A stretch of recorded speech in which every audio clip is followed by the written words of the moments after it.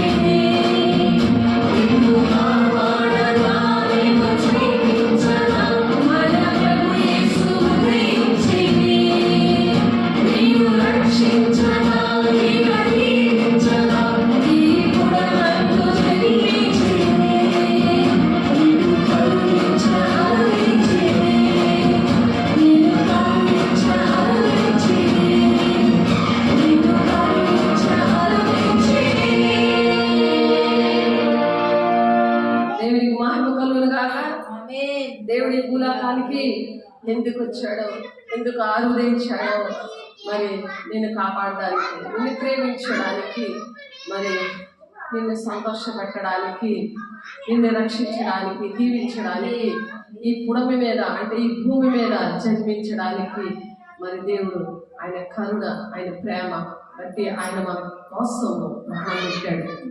ఎవరైనా ప్రాణం పెడతారా? మన పాపాల కోసము, మనం పొందవలసిన శిక్ష కోసము ఆయన భూమి మీదకి వచ్చి ఎవరైనా ప్రాణాలు పెడతారా? చెప్తారు, నా ప్రాణ స్నేహితుడు, నా ప్రాణ ప్రియురాలు, నేను నా ప్రాణం కన్నా ఎక్కువగా ప్రేమిస్తున్నాను అంటారు. నీ ప్రాణం నా కోసం పెడతావా అంటే పరిగెడతారు. కాబట్టి దేవుడు ఈ లోకానికి ఎందుకు వచ్చారు? మనల్ని అందరినీ కూడా రక్షించడానికి వచ్చారు. పాపం నుండి, శాపం నుండి విడిపించడానికి వచ్చాడు. 1 యోహాను 4:9 చూడండి, మీకోసం చదువుతున్నాను. 1 యోహాను 4:9 మనము ఆయన ద్వారా జీవించినట్లు దేవుడు తన అద్వితీయ కుమారుని లోకములోనికి పంపెను. దేవుడే, తండ్రి అయిన దేవుడు కుమారుని పంపించాడు. మనం మన కుమారుల్ని మనం ఎలా పెంచుతున్నాం?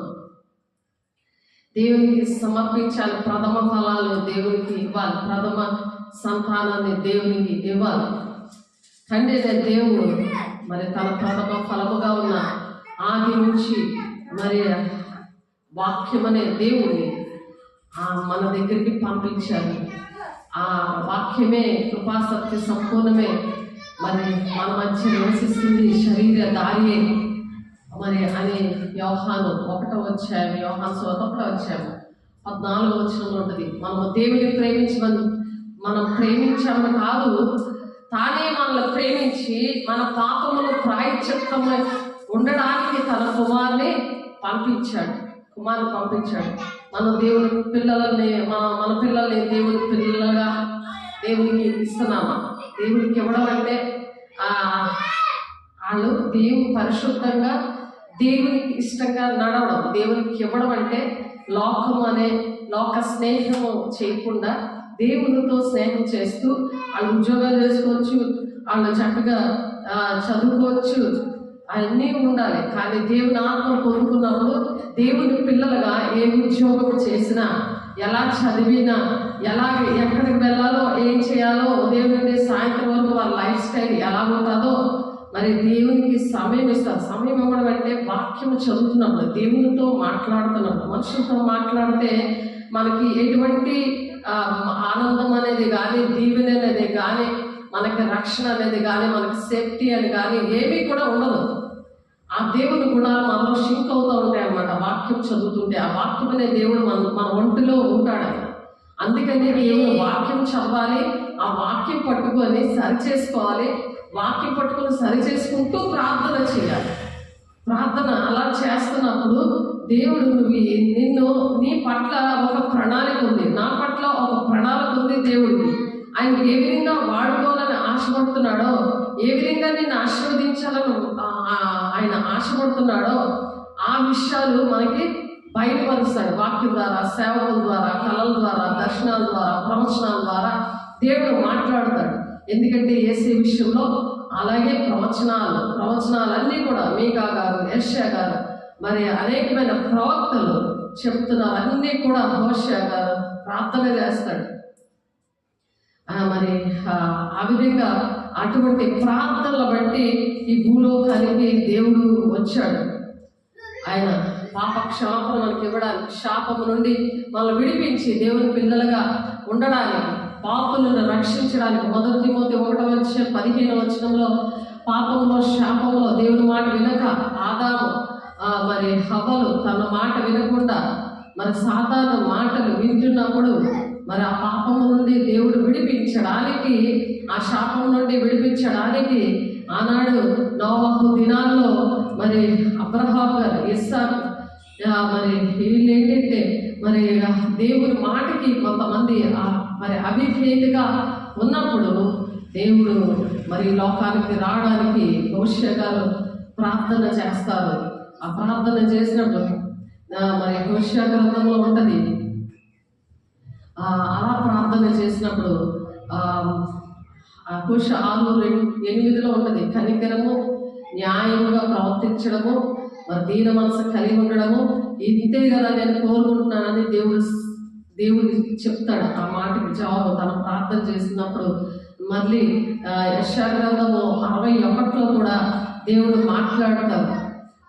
ఎలాగా దేవుడు ఏ విధంగా దానికి జవాబు ఇస్తాడంటే ఆ ప్రార్థనకి, ప్రవక్తలు ఆ ప్రార్థనకి మరి ఆ జవాబు ఇచ్చి దేవుడు ఈ భూలోకానికి వస్తాడనమాట. అందు నిమిత్తమే దేవుడు ఎందుకు భూలోకానికి వచ్చాడు అనే అంశం మనము దేవుడు ఈరోజు మనతో మాట్లాడుతుండగా దానికి జవాబులు అనమాట. 1 యోహాను 4:1 మనం ఆయన ద్వారా జీవించినట్లు, ఆయన ద్వారా, మనుషుల ద్వారా కాదు, ఆయన ద్వారా. అంటే నీకు ఆలోచన చెప్పి నడవలసిన త్రోవ నేను బోధిస్తాను అని చెప్తున్నాడు. నాకు 1999లో ప్రభు ఆ మాట నాకు చెప్పారు. అలాగే నన్ను నడిపించారు. అంతవరకు కూడా నాకు పెళ్ళైపోయి 21 సంవత్సరం అయింది.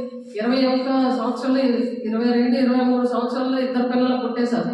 ఆ టైంలో దేవుడు, నేను 2 నెలలు ఏకాంత ప్రార్థనలో ఉన్నప్పుడు దేవుడు నాతో మాట్లాడిన విషయం కీర్తన 32:8 ఉంటుంది. నీ మీద దృష్టి ఇచ్చి ఆలోచన చెప్తున్నాను, నడవలసిన త్రోవ నీకు బోధిస్తానని. అదే ఇక్కడ దేవుడు ఎందుకు భూలోకానికి వచ్చారంటే 1 యోహాను దేవుని సన్నిధిలో మనం కూర్చున్నప్పుడు దేవుడు నాతో మాట్లాడిన దేవుడు మీతో కూడా మాట్లాడడానికి ఇష్టపడుతున్నాడు. అది మనం బుద్ధి గంపంలో మనం అలాగ సాక్షిగా ఉండాలి.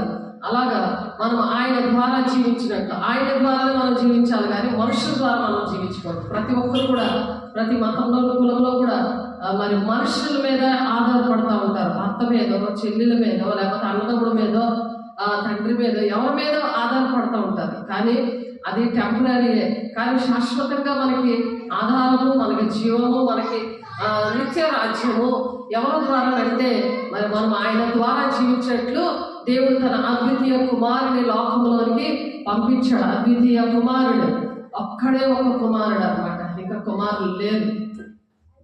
అద్వితీయ కుమారుడు అంటే అద్విత.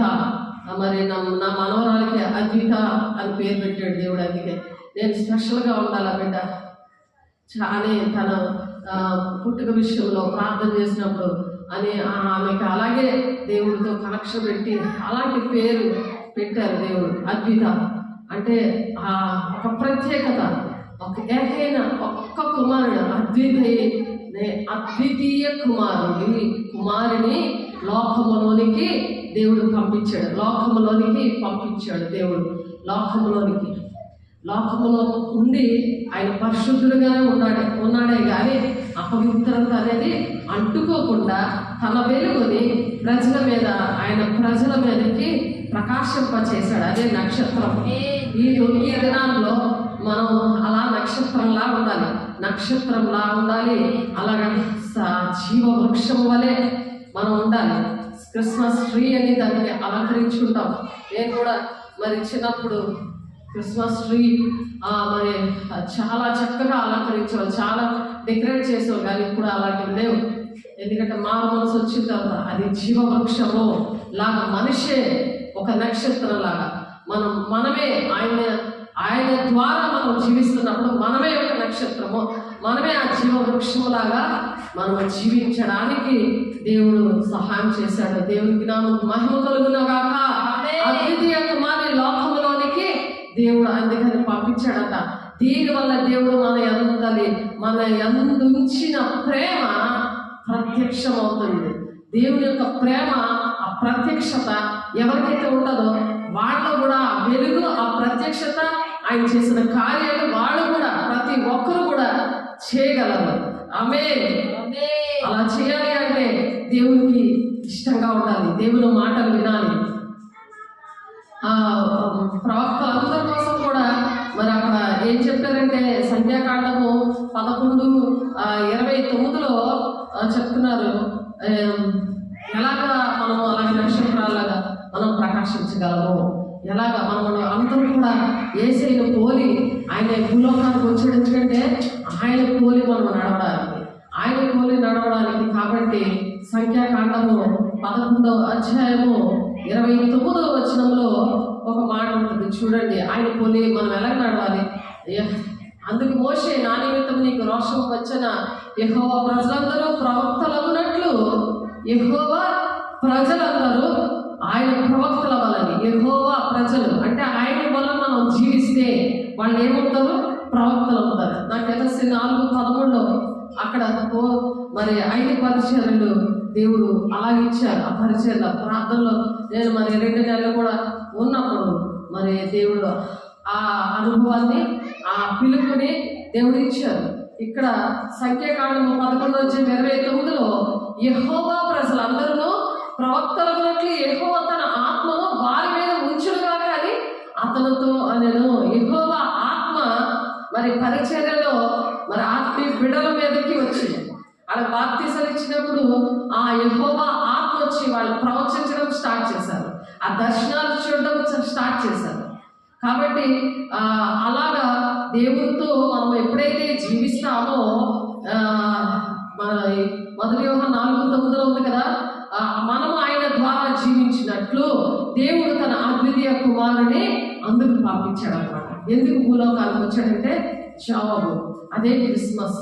ఆయన వచ్చాడు, ఆయన తండ్రి చిత్తాన్ని నెరవేర్చాడు, మనల్ని వెలుగుగా చేశాడు, ప్రవక్తలుగా చేశాడు. దీనివల్ల దేవుడు మన అందరి ప్రేమ ఆ విధంగా ప్రత్యక్షమవుతుంది. కాబట్టి మనం దేవుని ప్రేమించింది మనం కాదు, కానీ తానే మనల్ని ప్రేమించాడు. మన పాపములకు ప్రాయశ్చిత్తమై ఉండటకు తన కుమారుని అందుకనే పంపించారు. ఇందులో ప్రేమ ఉంది. పరలోక రాజ్యం విడిచిపెట్టి మరి భూలోకానికి దేవుడు కుమారుడు రావడం అంటే అది ఎంత వింతైన విషయం చెప్పండి.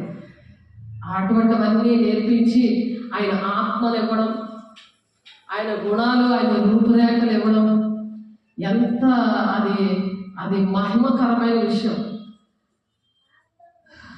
ఆలోచించండి ఎంతగా దేవుడు ఆశీర్వదించాడో, ఎంతగా దేవుడు భూలోకాలకు వచ్చి ఆశీర్వాదకరంగా మనం చేయాలని వస్తే మరి దేవుని పిల్లలుగా మనం ఎలాగున్నాం? క్రిస్మస్ దినాలు నిజమైన క్రిస్మస్ మనం జరుపుకుంటున్నామా లేదా అనేది మనం ఆలోచించాలి. ప్రతి ఒక్కరూ ఆలోచించుకుంటూ, ఇంకా పాలు తాగిన పిల్లలు కాలం బట్టి చూస్తే మీరు బోధనలు ఇవ్వవలసి వచ్చినట్టుగా మొదటి మూల పాఠాలు మీకు మరలా బోధించవలసి వచ్చింది అన్నట్టుగా, అలాగే చిన్ననాటిగా ఉన్నప్పుడు ఎలాగైతే క్రిస్మస్ జరుపుకున్నామో అలా కాకుండా మనము ఎదగాలి. క్రీస్తు కలిగిన సంపూర్ణత గలవారు మగవరకు అన్ని విషయాల్లో ఎదగమని చెప్తున్నాడు పౌలు గారు ఎఫెసీ సంఘానికి 4:12. కాబట్టి ఆయన ముఖం సూర్యుడిలో ప్రకాశిస్తూ నోట నుండి 2 అంచులు గల వాడి అయిన ఖడ్గము మరి ఆ సాతాను మీద అధికారం ఇవ్వడానికి, సాతాన్ని జయించి మరి ఆయన ప్రాణం పెట్టి, ఆయన మన కోసం ప్రాణం పెట్టి మరి సాతాను మీద మనకి జయం ఇవ్వడానికి దేవుడు వచ్చాడు. ప్రకటన 19:20 ఉంటుంది. సాతాను మీద మనకి జయించడానికి మరి సాతాను మీద దేవుడు వచ్చాడు. మన రోమ 16:20 కూడా సమాధానకర్త అయిన దేవుడు మీ కాళ్ళ కింద సాతాన్ని చెదగొడతాడు అని.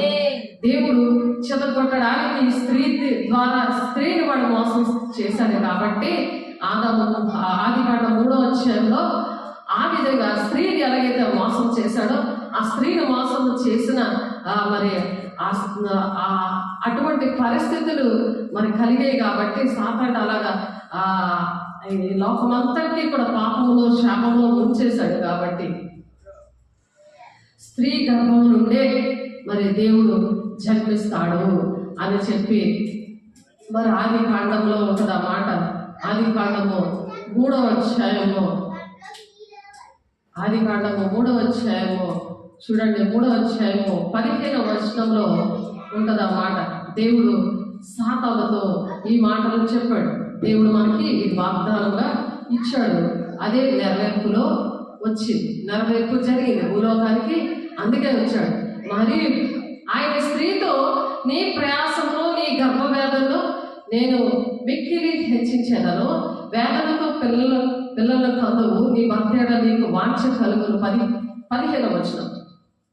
మరియు నీకును స్త్రీకి నీ సంతానమును ఆమె సంతానములకు వైరం కలుగజేసేదను, అది నిన్ను తల మీద కొట్టును, నీవు దాన్ని మడిమి మీద కొట్టెను అని చెప్పాను. మడిమి మీద అది కొడతాది. నిన్ను తల మీద కొట్టడం అంటే స్త్రీ అనే దగ్గర నీ సంతానం అంటే దేవుని యొక్క సంతానం, ఆమె సంతానం నాకు వైరము కలుగజేసేదను. దేవుని సంతానం, దేవుని ద్వారా మరి అక్కడ ఆ విధంగా దేవుడు విడుదల ఇచ్చారు. అలాగ వాగ్దానం ఇచ్చి దేవుడు నమ్మదగిన దేవుడు. ఆ విధంగా ఆదికాండం 3:16 ప్రకారము ఆయన ఈ భూలోకానికి రావడానికి కారకుడయ్యాడు. కాబట్టి స్త్రీ అందుకని ప్రసవ వేదన కలిగి మీకా 4:10 ప్రసవ వేదన కలిగి నీకు బిడ్డలు కంటావు. అలాంటి వేదన దేవుని యొక్క ఆత్మ ఉన్న వాళ్ళకి ఆ ప్రసవ వేదన వస్తుంది. శత్రువు నుండి దేవుడు విడిపిస్తూ ఉంటాడు. నీతిని రాజ్యాన్ని మొదలు వెతికినప్పుడు మరి ఆ ప్రతి అవసరాలు కూడా మీకు ఏది కావాలో పర్లోకానికి తెలుసు అని మత్తయి 6:33 చెప్పినట్లుగా ఇలాగా ఇటువంటి ప్రసవ వేదన దేవుడు ఆనాడు పడిన ఆ ప్రసవ వేదన, అటువంటి ప్రసవ వేదన దేవుడు ప్రతి ఒక్క బిడ్డకి కూడా దేవుడు బిడ్డలుగా ఉన్న వాళ్ళకి దేవుడు ప్రత్యేకించి దేవుడు ఆ ప్రసవ వేదన ఇస్తాడనమాట. ఆ ప్రసవ వేదనతో నీ గర్భవేదన మిక్కిలి హెచ్చించే వేదనతో పిల్లల పొందువు, నీ భర్త వాంఛ కలుగును, అతడు నిన్ను ఏలును అని చెప్తున్నాడు. అక్కడ సృష్టికర్త అయిన దేవుడు మనకు భర్త ఉన్నాడు. అక్షరము చప్పును కానీ ఆత్మ నిత్యము జీవింపజేస్తుంది. అక్షరార్థం మనం వాక్యము చదవకూడదు. అక్షరార్థంలోని ఆత్మీయ అర్థాన్ని మనం తీసుకోవాలి. అందుకని శరీరానుసారాలు మనసు పెట్టుకుంటారు అన్నది. అందుకే శరీరానుసారాలు మనసున్న వాళ్ళు అక్షరార్థము అర్థం చేసుకుంటారు. కాబట్టి ఆత్మీయంగా మనము అలాగా అర్థం చేసుకోవాలి. కాబట్టి దేవుడు ఆ హోషేయ గారు ప్రార్థన చేసినప్పుడు మీకు 6:2-8 వరకు చూస్తే అక్కడ ఆయన చేసిన ప్రార్థన బట్టి దేవుడు ఇక్కడ 61వ అధ్యాయంలో దేవుడు చెప్తున్నారు ఏంటంటే, ప్రభు ఆత్మ నా మీదకి వచ్చిందని దీనులకు సువర్తమానం ప్రకటించుటకు యెహోవా నిన్ను అభిషేకించెను, నలిగిన హృదయం గలవారిని దృఢపరచుటకును, చెరలో ఉన్న వారిని విడుదలను, బంధింపబడిన వారికి విముక్తిని ప్రకటించుటకును, యెహోవా హితవస్త్రములు మన దేవుని ప్రతిదండన దినమును ప్రకటించుటకును, దుఃఖాక్రాంతులందరినీ ఓదార్చడానికి ఈ భూలోకానికి దేవుడు వచ్చాడు. సియోనులో దుఃఖించే వారికి, సియోనులు అంటే దేవుని పిల్లలు కూడా కొన్ని దేవుని పిల్లలు అంటే చాలా మందికి ఇష్టం ఉండదు. చాలా మంది దేవుడి మాట వేసే మాట ఎలాగైతే తండ్రి దేవుడి మాట వినకుండా వాళ్ళు ఆ దినాల్లో మరి దేవుడి మాట వినకుండా మాకు మేమే కాపరిగా ఉంటాము మరి అని చెప్పి దేవుడు అవసరము లేదు అన్నట్టుగా వారి దేవుని మాటని రిజెక్ట్ చేసినప్పుడు దేవుని ఆత్మ అక్కడ నుంచి వెళ్ళిపోతుంది, భూలోకం నుంచి వెళ్ళిపోతుంది పరలోకంలో. కానీ వెళ్ళిపోయిన దేవుడు మా తండ్రి అయిన కుమారుడు తన కుమారుడిని పంపించడానికి ఇష్టపడతాడు. అలాగే ఇష్టపడి దేవుడి భూలోకానికి వేసే రావడానికి ఆయన జన్మ రహస్యం, మన జన్మ రహస్యం కూడా ఎవరైతే దేవుని బిడ్డలు, దేవుడిని ఒక ప్రాణప్రియుడిగా, ఆయన భర్తగా, ఆయన నాకు యజమానుడు అని చెప్పి ఎవరైతే అనుకుంటారో వాళ్ళు కూడా సీయోనులో దుఃఖించి వారికి ఉల్లాస వస్త్రం ఇస్తారండి. ఎన్ని శ్రమలున్నా సరే సంతోషం ఉంటుంది వాళ్ళకి, ఎల్లప్పుడూ ఆనందించండి, మరలా చెప్తుందని ఆనందించండి అని జైల్లో ఉంటూ ఫిలిప్పీలు 4వ ఫిలిప్పీ సంఘానికి పౌలు గారు చెప్తున్నారు. సీయోనులో దుఃఖించి వారికి ఉల్లాస వస్త్రం ధరింపచేయుటకును, బూడిదకు ప్రతిగా పూదండను, దుఃఖములకు ప్రతిగా ఆనంద తైలమును, భారవంతమైన ఆత్మకు ప్రతిగా శుద్ధి వస్త్రమును వారికి ఇచ్చుటకును ఆయన నన్ను పంపి ఉన్నాడు. ఎందుకు భూలోకానికి వచ్చున్నాడు అంటే తండ్రి దేవుడు ఈ విధంగా ఎవరైతే దేవుని పిల్లలు ఉన్నారో వాళ్ళని ఇలాగ దీవించడానికి, దేవుడు ఆశీర్వదించడానికి దేవుడి మాటలు వాళ్ళు విని వాళ్ళకి కూడా దేవుడు ఇటువంటి పరిస్థితిని ఇచ్చునుగాక. దేవుడు నాకు ఈ పిలుపు దర్శనం మీదే మాస్ ఏరియాలోనే నన్ను వైజాగ్ నుండి విజయనగరం తీసుకొచ్చాడు. 8 ఏరియాల్లో దేవుడు నన్ను వాడుకోవడానికి కారణము ఈ మాటలే. 3 గంటలు లేచి ప్రార్థన చేస్తున్నప్పుడు దేవుడు ఇదే మాట్లాడుతున్నాడు, రిపీట్ ఇదే మాట్లాడుతూ ఉన్నాడు. మాట్లాడుతా ఒక 4-5 సంవత్సరాలకి నన్ను సేవలోకి తీసుకొచ్చేసాడు ఆయన. వైజాగ్ నుండి విజయనగరం మస్తకి వృక్షము తన్ను మైమపరుచుకున్నట్లు నీటి అయిన మస్తకి వృక్షములు, అది ఈ మస్తకి వృక్షంలాగా తయారవ్వాలి. క్రిస్మస్ ట్రీ అంటే ఈ మస్తకి వృక్షంలాగా మనం ఉండాలి. యెహోవా నాటిన చెట్లని వారికి పేరు పెట్టబడును. యెహోవా నాటిన చెట్టుగా మనం నిలబడాలి. అందుకని తన కుమారుని పంపించాడు. ఇది క్రిస్మస్, నిజమైన క్రిస్మస్. దేవునికి మహిమ కలుగును గాక.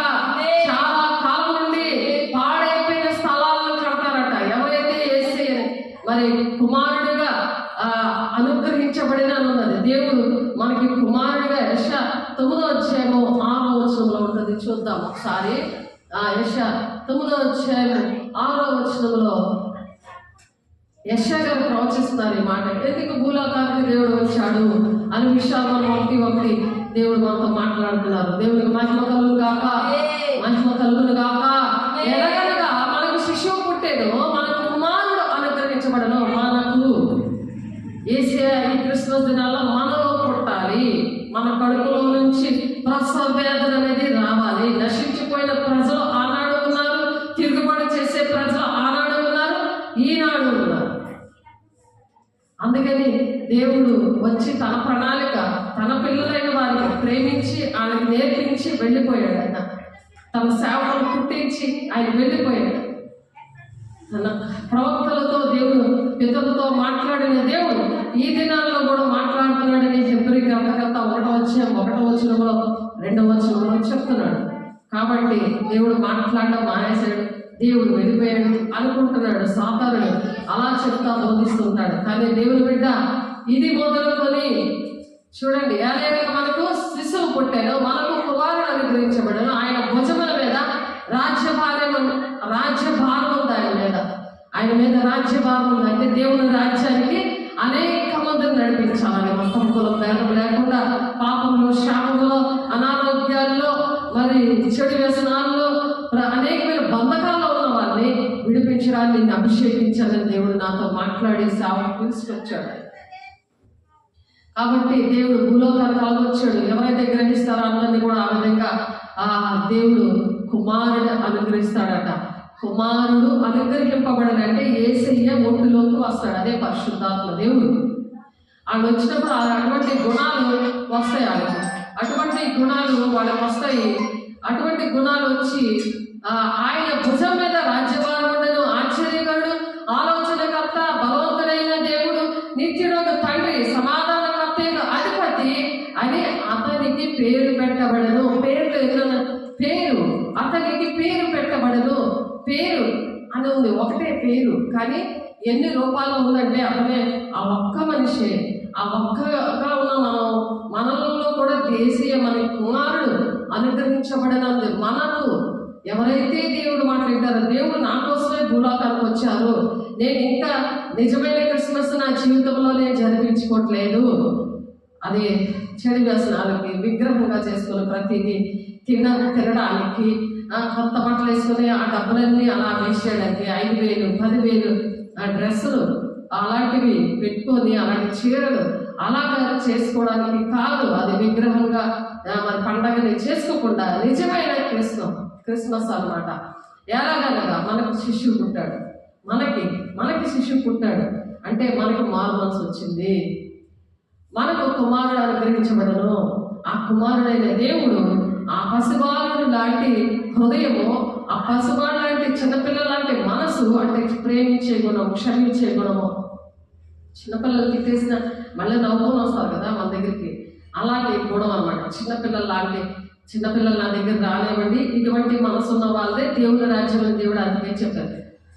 కాబట్టి అటువంటి మనసు వస్తున్నప్పుడు వాళ్ళకి దేవుడు ఎలాగ వాళ్ళ ద్వారా ఆశ్చర్యకరమైన ఆ దేవుడు ఆయనకున్న పేరు ఏంటంటే, ఆ పేరులో ఉన్న గుణాలు ఏంటంటే, ఆయన ఆశ్చర్యకరుడట, మళ్ళీ బలవంతుడైన దేవుడు, నిత్యుడైన తండ్రి, సమాధానకర్తయగు అధిపతి అని అతనికి పేరు పెట్టబడను.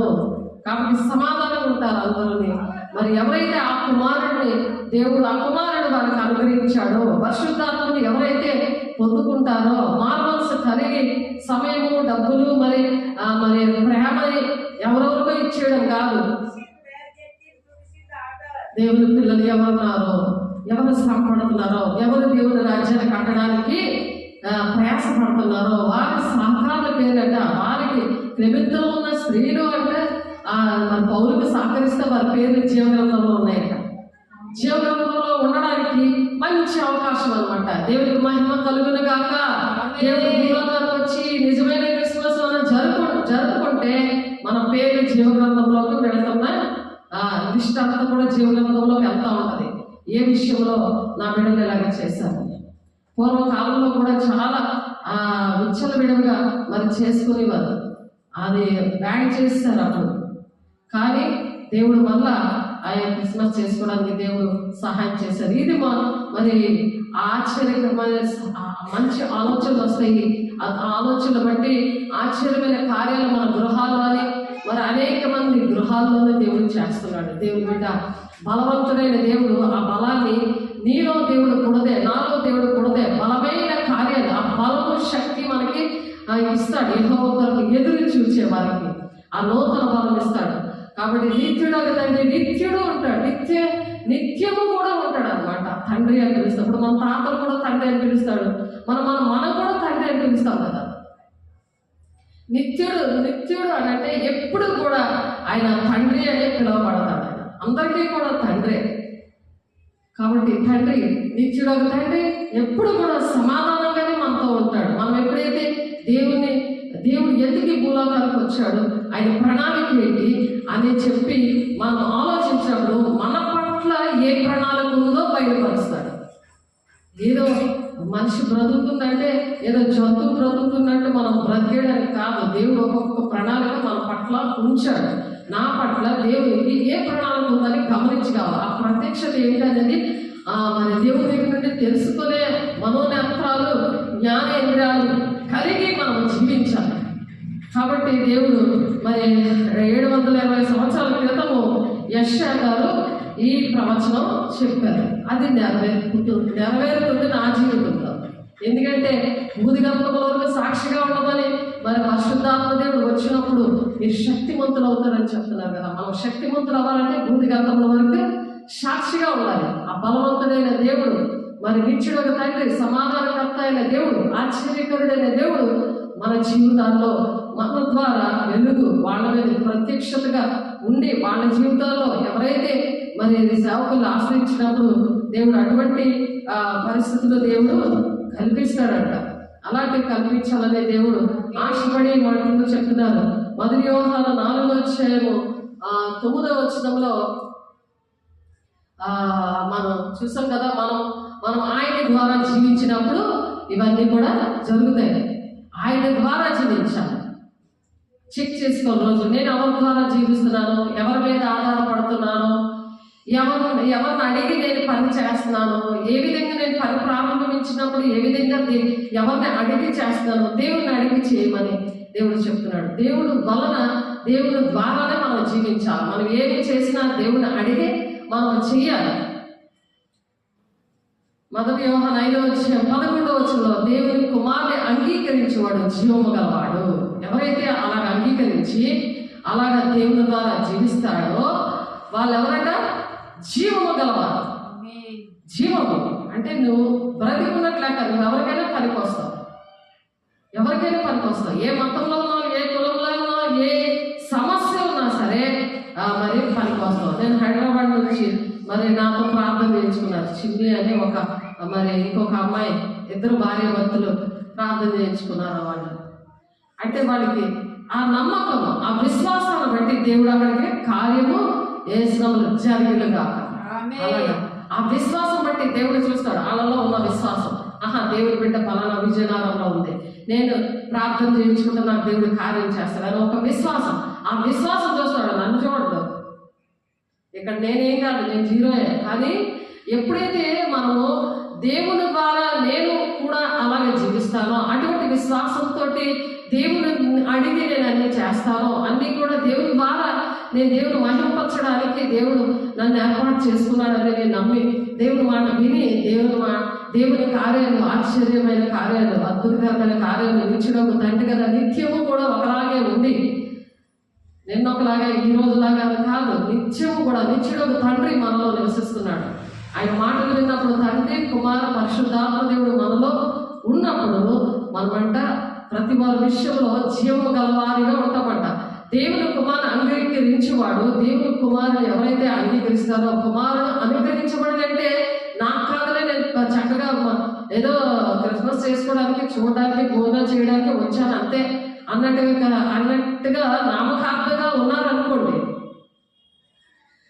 అలా ఉంటే వాళ్ళు నువ్వు జీవిస్తున్నావు కానీ మృతుడవే అంటున్నాడు ఆయన. మృతులకు నేను దేవుడు కాను అంటున్నాడు ఆయన. దేవుని కుమారుని అంగీకరించేవాడు. అలాగా మనం దేవుని కుమారుడిని అంగీకరిస్తే యెషయా 9:6 మరి ఆయన చెప్తున్నాడు కదా, కుమారుడు అనుగ్రహించబడను, మనకి కుమారుడు అనుగ్రహించబడను. ఆ కుమారుడిని మనము ఆ క్రిస్మస్ జరుపుకుంటున్నాం అనే కాకుండా ఆ పరిశుద్ధాత్మ దేవుడు మనలో ఉన్నాడా లేదని అలాగా చెక్ చేసుకున్నప్పుడు దేవుని కుమారుని అంగీకరింపని వాడు జీవము లేనివాడు అంటాడు. అలాగ అంగీకరించకుండా నామకార్థంగా మనం చేసుకుంటే దేవుడు ఆ జీవం అనేది ఉండదన్నమాట. జీవం అంటే నువ్వు జీవిస్తున్నావు కానీ మృతుడిగా ఉంటావు. అదే అంగీకరించావనుకో జీవము గలవాడు అంటే జీవితాంతము కూడా దేవుని కోసం బ్రతుకుతావు. దేవుని కోసం బ్రతకడం అంటే ఇతరులని దేవుని రాజ్యానికి నడిపించడం అంతే. ఏదో సమర్పించేసుకొని ఎక్కడో మూల కూర్చొని మడిగట్టుకొని కూర్చొని కాదు. అందరితోనే చక్కగా ఉంటారు కానీ వాళ్ళలో ఒక స్పెషల్ ఉంటుంది. వాళ్ళు ప్రార్థన చేసినా, వాళ్ళు మాట్లాడినా కొన్ని కార్యాలు జరుగుతాయి. అవి నేర్పించడానికి దేవుడు ఈ భూలోకానికి వచ్చారు.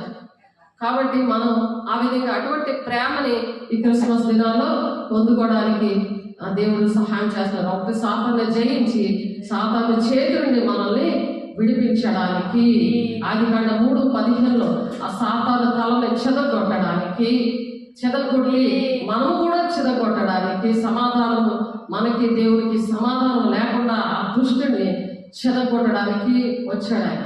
సులువుగా తన ప్రాణం పెట్టే సాతాన్ని చెదగొట్టాడు. కాబట్టి మానవ జీవితానికి మరి రక్షణ తెచ్చాడు. ఆ విధంగా రెండవదిగా రక్షణ తెచ్చాడు. నిత్య జీవానికి మనల్ని నడిపించడానికి ఇటువంటి గుణాలన్నీ కూడా ఆ కుమారుడు మనకు అనుగ్రహించబడ్డాడు.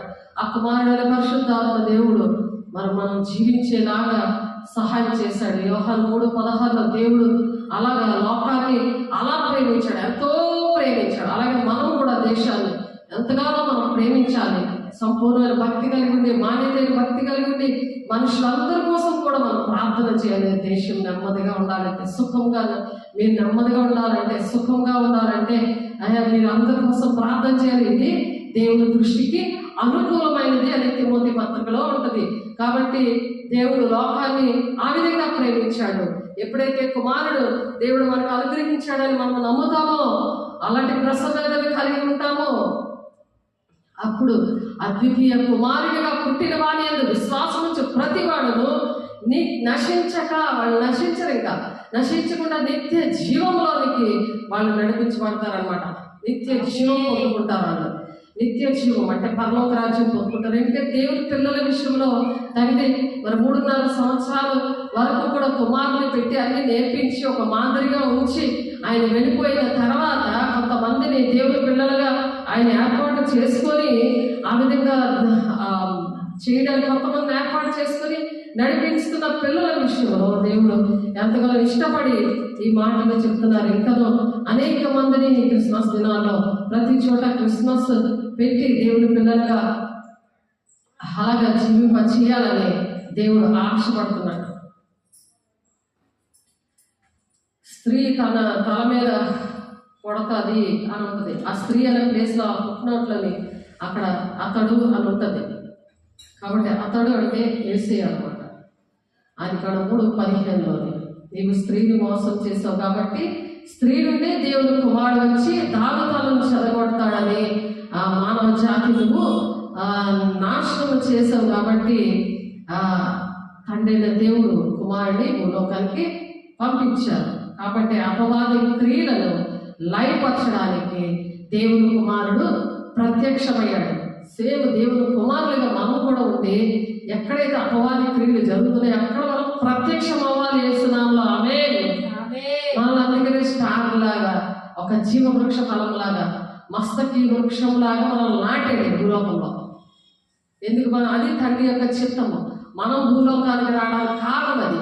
దేవుడు భూలోకం రాకపోతే మనం ఎక్కడ ఉందమో ఆ పాపంలో శాపంలో ఎలా నలిగిపోయి నరకానికి వెళ్ళిపోయిందో ఈ వాటికి మరణం ఏలుబడి చేసి దాన్నే హ్యాపీ క్రిస్మస్ అంటారు. కాబట్టి మనం ఏ విధంగా ఉన్నాం,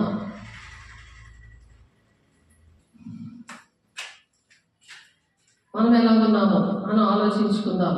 అపోస్తుల కార్యము 3:26లో దేవుడు తన సేవకుని పుట్టించి మీలో ప్రతివాన్ని దుష్టత్వం నుండి మళ్లించుట వలన మిమ్మును ఆశీర్వదించడానికి సేవకులు పుట్టించాడు. చూడండి అపోస్తుల కార్యంలో ఉంది ఆ మాట.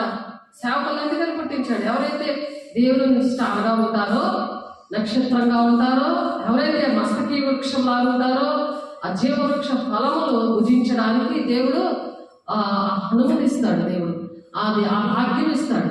ఆ పరలోక రాజ్యాల వారసులుగా దేవుడు ఎత్తబడే గుంపులో ఉండడానికి దేవుడు సహాయం చేయడానికి దేవుడు ఇష్టపడుతున్నాడు. దేవుని బిడ్డ ఒకసారి ఆలోచించు. దేవుడు అలాగా సేవకులు పుట్టించాడట. నీ పట్ల దేవుడికి ఏ ప్రణాళిక ఉందో ఒకసారి ఈ క్రిస్మస్ దినాల్లో ఆలోచించు.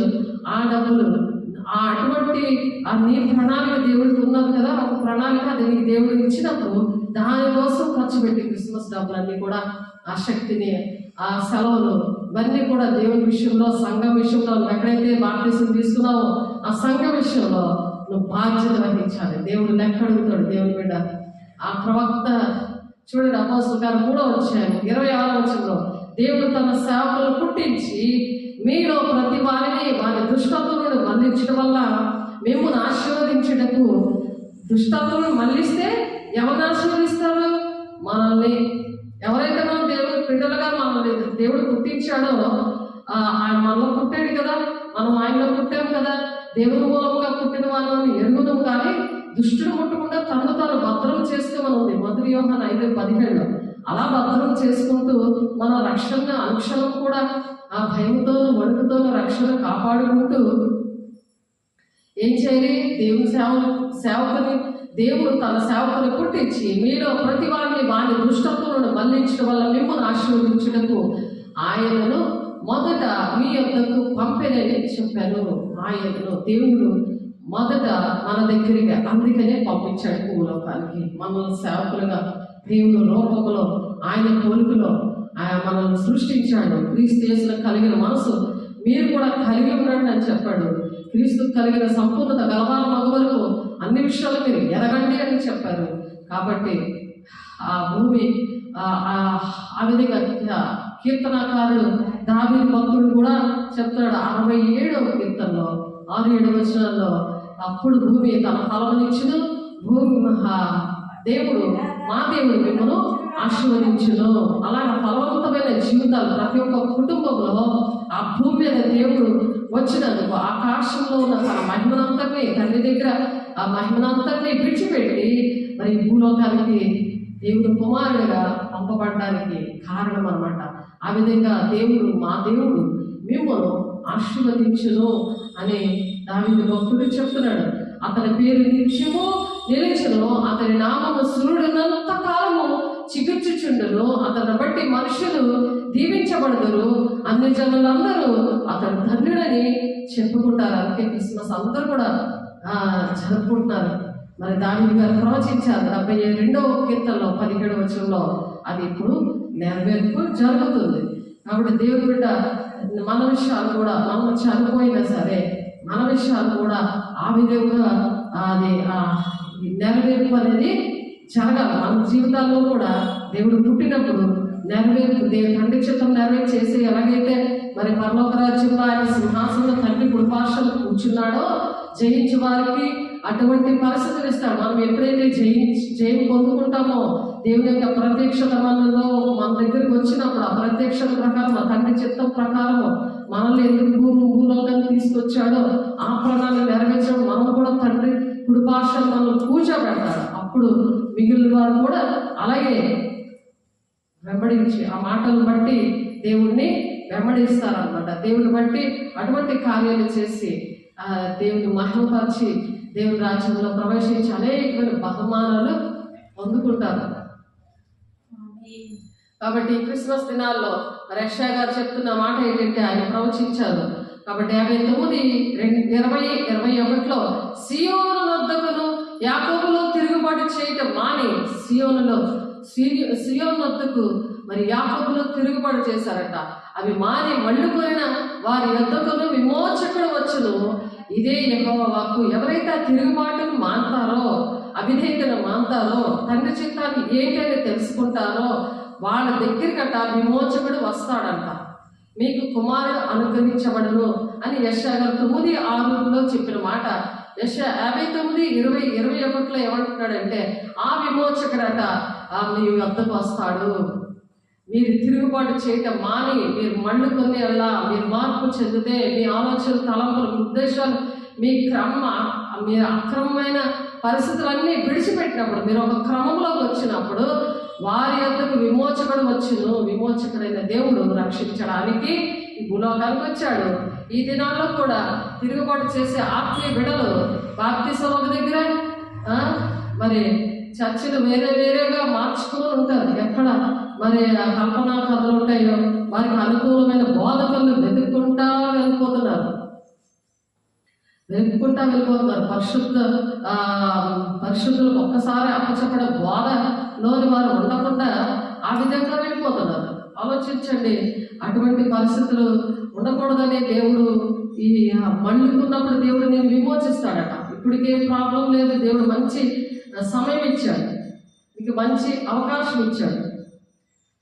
తెలుగు మాత సంఘముగా నువ్వు సిద్ధపడ్డాను. ఎక్కడైనా దేవుడు ఉన్నాడులే అని చెప్పి ఎవరింట్లోనైనా భోజనం దొరుకుతారులే అని వెళ్ళిపోతావా? చెప్పు. ఎక్కడైతే నీకు నీ భార్య బిడ్డలు ఎక్కడున్నారో అక్కడికే వెళ్తావు. కాబట్టి నువ్వు ఎక్కడ రక్షించబడతావో అక్కడే నీకు చెల్లుతుంది. కానీ అన్ని దగ్గర నీకు చల్లదు. చల్లని నోట్లో నువ్వు ఎక్కడికి కూడా తిరగకూడదు. గాలికి చల్లని నోటి ఎగిరిపోతుంది. ఎవరైనా తీసుకుంటారా ఆ నోటిని? చల్లని నోట్లు ఎగురుతూ ఉంటాయి, బయట ఎగురుతూ ఉంటాయి. కానీ ఎవరైనా తీసుకుంటారో తెలిసిపోతుంది చల్లని నోటు ఏంటని. అలా చెల్లుబాటు ఉండదు. నోటికే చల్లబడి అవ్వలేనప్పుడు మరి నీ పరిస్థితి ఏంటి? అందువల్ల మనం ఇక మీదట పసిపిల్లలమైంది మనుషుల మాయోపాయముల చేత వంచనతోనూ తప్పు మార్గములకు కుయుక్తితోనూ గాలికి కొట్టుకొని పోవునట్లు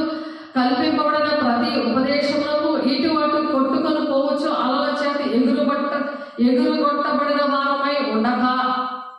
అలా ఎగిరిపోకూడదు. ఇష్టం వచ్చిన దగ్గరికి ఆలోచించండి. దేవుడు నిత్యుడగు తండ్రి, సమాధానకర్త అయిన దేవుడు కుమారుని అనుగ్రహించాడు. ఆ కుమారుడు యేసయ్య పరిశుద్ధాత్మ దేవుడు నీలోనికి రావాలని దేవుడు విమోచిస్తాడట. తిరుగుబాటు చేయడం మానవని చెప్తున్నాడు. దేవుని బిడ్డ నీతో మాట్లాడుతున్నాడు. నేను వారితో చేయి నిబంధన ఇది, నీ మీద ఉన్న నా ఆత్మయు నేను నీ నోట నుండి వచ్చిన మాటను నీ నోటి నుండి, నీ పిల్లల నోటి నుండి, నీ పిల్లల పిల్లల నోటి నుండి ఈ కాలం మొదలుకొని ఎల్లప్పుడూ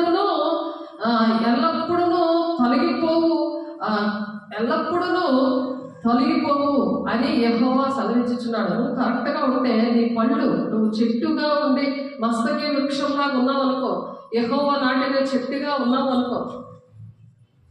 యెషయా 61 మనం చదువుకున్నాం కదా. అలాగా నువ్వు క్రిస్మస్ ట్రీలు అవన్నీ అలంకరించడానికి ప్రయాసపడకుండా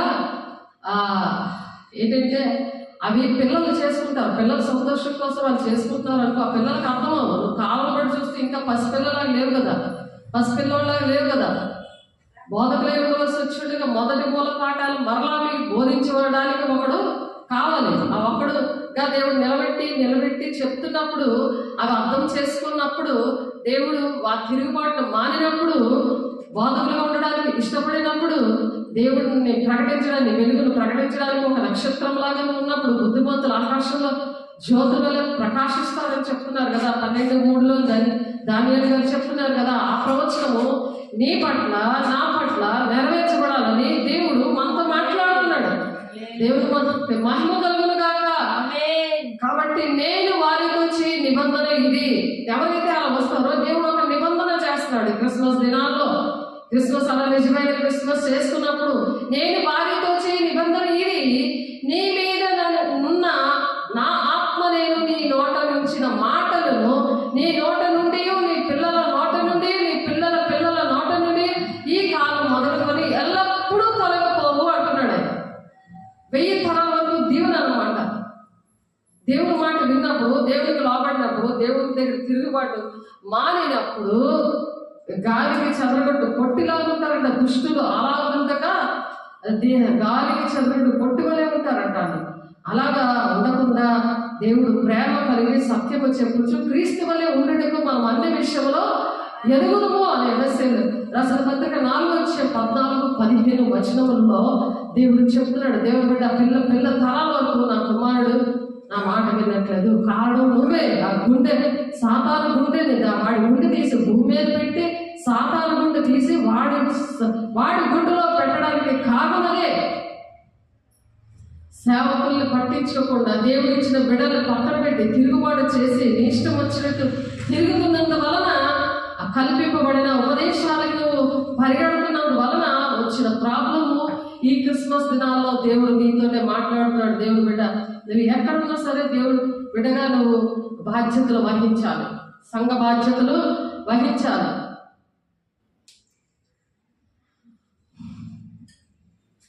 అందుకే సింహం కూడా కనబడింది. సింహం ఎందుకు కనబడింది? సింహం కనబడింది. దేవుడు ఆ గుండె తీసేసాక ఆ గుండె తీసి పక్కన పెట్టేస్తే భ్రష్టత్వం వచ్చేసింది. మరి ఇంజనీరింగ్ ఫెయిల్ అయిపోవడం అయిపోయింది. అన్ని సబ్జెక్టులు కూడా ఎందుకు అవన్నీ జరిగాయి ఆలోచించండి. ఎందుకు కాలంలో దేవుడు చూపించాడు? కీర్తన గ్రంథం 10:9 గుహలోని సింహము వలె వారు చాటైన స్థలంలో పొంచి ఉందరు, బాధపడి వారిని పట్టుకొని పొంచి ఉందరు, బాధపడి వారిని తమ వలలోనికి లాగి పట్టుకుందరు. సాతాను బోధ ఏం చేస్తుందంటే వలలో వేసేసి అలా పట్టుకుంటుంది. ఆ వలలోకి వెళ్ళిపోయినట్టు కూడా దేవుడు మనం చూపించాడు. నలుగురు వచ్చేసి పట్టుకుపోయారు. అలా అయినా సరే నేను అక్కడ ఉన్నాను, మళ్ళీ నా దగ్గరకు రావడం జరిగింది. దేవుడు ఆ వాగ్దానం ఇచ్చిన దేవుడు నమ్మదగిన దేవుడు కాబట్టి దేవుడు విమోచకుడు. పిల్ల తరాల వరకు కూడా దేవుడు ఎల్లప్పుడూ కూడా దేవుడు తోడై ఉంటాడని మరి యెషయా గారు 59:21 చెప్తున్నారు. కాబట్టి అలాగా దేవుని మరి ఆ బలవంతుల చేతిలో బాణముల వంటి వారు యవనులు అని ఉంది. కాబట్టి దేవుని చేతిలో మనం ఘనమైన పాత్రలుగా, దేవుని చేతిలో బలమైన ఆయుధాలుగా మనం ఉండడానికి దేవుడు ఇష్టపడుతున్నాడు. దేవుడు అందుకని దేవుడు భూలోకానికి మరి తండ్రి అయిన కుమారుడు తన కుమారుడిని పంపించాడు దేవుని బిడ్డ. కాబట్టి మత్తయి సువార్త 24:31 మరియు ఆయన గొప్ప బోరతో తన దూతలను పంపుతాడంట. ఎందుకంటే ఎప్పుడైతే తిరుగుబాటు మానకపోతే ప్రమాదం ఏంటో తెలుసా? నాకు ఎవరు అడిగినోడు లేదులే, ఎవరు నా సేవకులు చాలా సాఫ్ట్గా ఉంటారు, ఏం మాట్లాడరు, చాలా సాఫ్ట్గా చెప్తారు, చాలా ప్రేమతో ఉంటారని చెప్పి నువ్వు అనుకుంటున్నావేమో. కానీ దేవుడు ఇక్కడ ఏం చెప్తున్నారంటే మత్తయి సువార్తలోని మత్తయి సువార్త 24వ అధ్యాయంలో 31 ఎవరైనా సరే వాళ్ళ పరిస్థితి ఎలా ఉంటుందంటే, మరియు ఆయన గొప్ప బూరతో తన దూతల పంపును, వారు ఆకాశం యొక్క ఈ చివర నుండి ఆ చివరి వరకు నలుదిక్కల నుండి ఆయన ఏర్పాటు చేసుకున్న వారిని పోగు చేస్తాడట. ఎక్కడున్నా సరే పోగు చేస్తాడు. అందుకని నువ్వు ఎక్కడున్నా సరే సంఘ బాధ్యతలు వహించాలి, దేవుని ఆజ్ఞలు పాటించాలి, దేవుని ప్రేమను, దేవుడు నీకు ఇచ్చిన ప్రేమను, నీ యొక్క వరాలు, నీ యొక్క అభిషేకము మరలా పొందుకోవడానికి ఆ తిరుగుబాటు మాని దేవుడు నిన్ను మానినప్పుడు నిన్ను విమోచిస్తానంటాడు. వారి యొద్దకు విమోచకుడు వస్తాడు అంటాడు. విమోచకుడు వస్తాడు, నేను రావడం కాదు, విమోచకుడు మీ దగ్గరికి వస్తాడంట. నేను వారితో నిబంధన ఇది. దేవుడు నీతోని నాతోని నిబంధన చేస్తున్నాడు. తండ్రి చిత్తాన్ని మనం నెరవేర్చాలి, లేకపోతే మనం పోగు చేస్తాడట. ఈ చివరి నుండి ఆ చివరి వరకు దేవుడు ప్రవచనం మత్తయ్య గారు ప్రవచించారు. కాబట్టి ఎన్ని సంవత్సరాలు క్రీస్తు పూర్వం నుండి ఆ ప్రవచనాలు మరి తండ్రి చెప్పిన కుమారుడి విషయంలో మరి పరిశుద్ధాత్మ దేవుడు నెరవేర్చున్నాడు. ఆ మన జీవితాల్లో కూడా ఉంటుంది. ఆ ప్రవచనాలు నెరవేర్పు జరుగుతాయని మనం జాగ్రత్తగా ఉండి వాక్యానుసారంగా మనం నడవాలి. మరియు ఆయన గొప్ప బూరతో తన దూతల పంపును, వారు ఆకాశం ఈ చివరి నుండి ఆ చివరి వరకు నలుదిక్కల నుండి కూడా ఆయన ఏర్పాటు చేసుకున్న వాళ్ళంట పోగు చేస్తారట. కాబట్టి అలాగ ఆ పోగు చేసినప్పుడు దేవుని బిడ్డలుగా మనం ఉన్నామా లేదా అని చెక్ చేసుకోవాలి.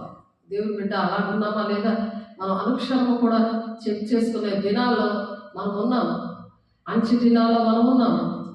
ఆ అంచె దినాల్లో ప్రతి ఒక్కరి మీద దేవుడు ఆత్మను కుమ్మరిస్తానని వాగ్దానం ఉంది అపోస్తలులు 2:17. కాబట్టి యోవేలు గారు ప్రవచించారు 2:28. అది ఇప్పుడు జరుగుతుంది. ప్రతి ఒక్కరు కూడా ఎవరు దర్శనాలు చూస్తారు, వృద్ధులు కలలు కంటారు, మీ కుమారులు మీ కుమార్తెలు మరి ప్రవచిస్తారు అని చెప్తున్నారు. ఆ ప్రవచనాలు ఏంటంటే మన జీవితాల్లో ఏం జరగబోతున్నాయి అవన్నీ కూడా ప్రవచనాలు దేవుడు చెప్తున్నారు. అవన్నీ మనకు అర్థం అవుతాయి. అవన్నీ కూడా హబక్కు 2:2 ఉంటుంది. మరి అవి నేర్చుకోవాలి, అవన్నీ కూడా రాసుకోవాలి, అవి పట్టుకొని ప్రార్థన చేయడానికి సేవకులకి చెప్పాలి, సేవకులు కాంటాక్ట్లో ఉండాలి. కాబట్టి కీర్తనలు 22వ అధ్యాయంలో 22-27 భూమి గంతంలో నివాసులందరూ జ్ఞాపకము చేసుకొని యెహోవా తట్టు తిరిగెదరు. అలాగ విమోచకుడు ఆయన విమోచిస్తాడని ఆ దేవుని తట్టు తిరిగే రోజులు వస్తున్నాయి. కాబట్టి భూదిగంతముల నివాసులందరూ కూడా జ్ఞాపకం చేసుకొని యెహోవా తట్టు తిరిగెదరు. అన్యజనుల వంశస్థులందరూ నీ సన్నిధిని నమస్కారం చేసేదరు అని చెప్పి దావీదు భక్తుడు చెప్తున్నారు. కాబట్టి ప్రవచనాలు ఇవన్నీ కూడా నెరవేర్పే కాలము, నెరవేర్పు జరిగే కాలము దగ్గరలో ఉంది. దేవుడు మిమ్మల్ని దీవించును. మరి భూదిగంత నివాసులందరూ కూడా ఆయన యందు భయభక్తులు నిలుపుతారంట. అప్పుడు అది ఏంటంటే బహిరంగ రాకడలో జరుగుతాయి. దానికి ముందు శ్రమల దినాలు, 7 ఏళ్ల శ్రమ దినాలు జరుగుతాయి. ఇప్పుడే వింటే ఎత్తబడే సంఘంలో, క్రీస్తు సంఘంలో, పెళ్లి కుమార్తె సంఘంలో ఉండడానికి దేవుడు సహాయం చేస్తారు. కాబట్టి ఇప్పుడే మనం దేవుని ఈ క్రిస్మస్ దినాల్లోనే దేవుని మీద తిరుగుబాటు మానేసి మరి దేవుని వాక్యానుసారంగా నడవాలి. ద్వితీయోపదేశకాండము 30వ అధ్యాయం 4వ వచనంలో 4వ వచనం 34 4 ద్వితీయోపదేశకాండము చూడండి, మీకోసం చదువుతున్నాను. మీలో ఎవరైనా ఆకాశ దిగంతములకు వెళ్ళగొట్టబడినను అక్కడ నుండి నీ దేవుడైన యెహోవా మిమ్మల్ని సమకూర్చి అక్కడ నుండి మిమ్మల్ని రప్పిస్తాడట. ఎవరైనా సరే భూదిగంతంలో ఎక్కడికైనా మిమ్మల్ని తరివేశాడు అనుకో, అక్కడ నుండి దేవుడు రప్పిస్తాడట. దేనికి? మరి ఆయన గొప్ప బూరతో తన దూతలను పంపును. వారు ఆకాశం యొక్క ఈ చివరి నుండి ఆ చివరి వరకు నలుదిక్కల నుండి ఆయన ఏర్పాటులో ఉన్నవారు ఎక్కడ ఉన్నా సరే పోగు చేస్తాడంట. భూది గంతంలోకి ఎవరైనా నిన్ను తరివేసినా అక్కడ నుండి కూడా దేవుడు నిన్ను రప్పిస్తాడంట. ఎంత గొప్ప దేవుడు చూడండి. నేను ఎక్కడో ఉన్నాను, నన్ను ఎవరు చూడట్లేదు అనుకుంటున్నావేమో. దేవుడు మనల్ని భూలోకం అంతటి యెహోవా కళ్ళు సంచారం చేస్తున్నాయి ఉంది. ఎక్కడుంది చెప్పాలి. సామెతలు చూద్దాం. సామెతలు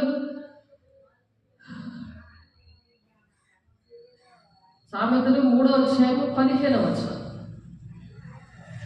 సామెతలు 3వ అధ్యాయం 15వ వచనంలో ఉంది ఆ మాట.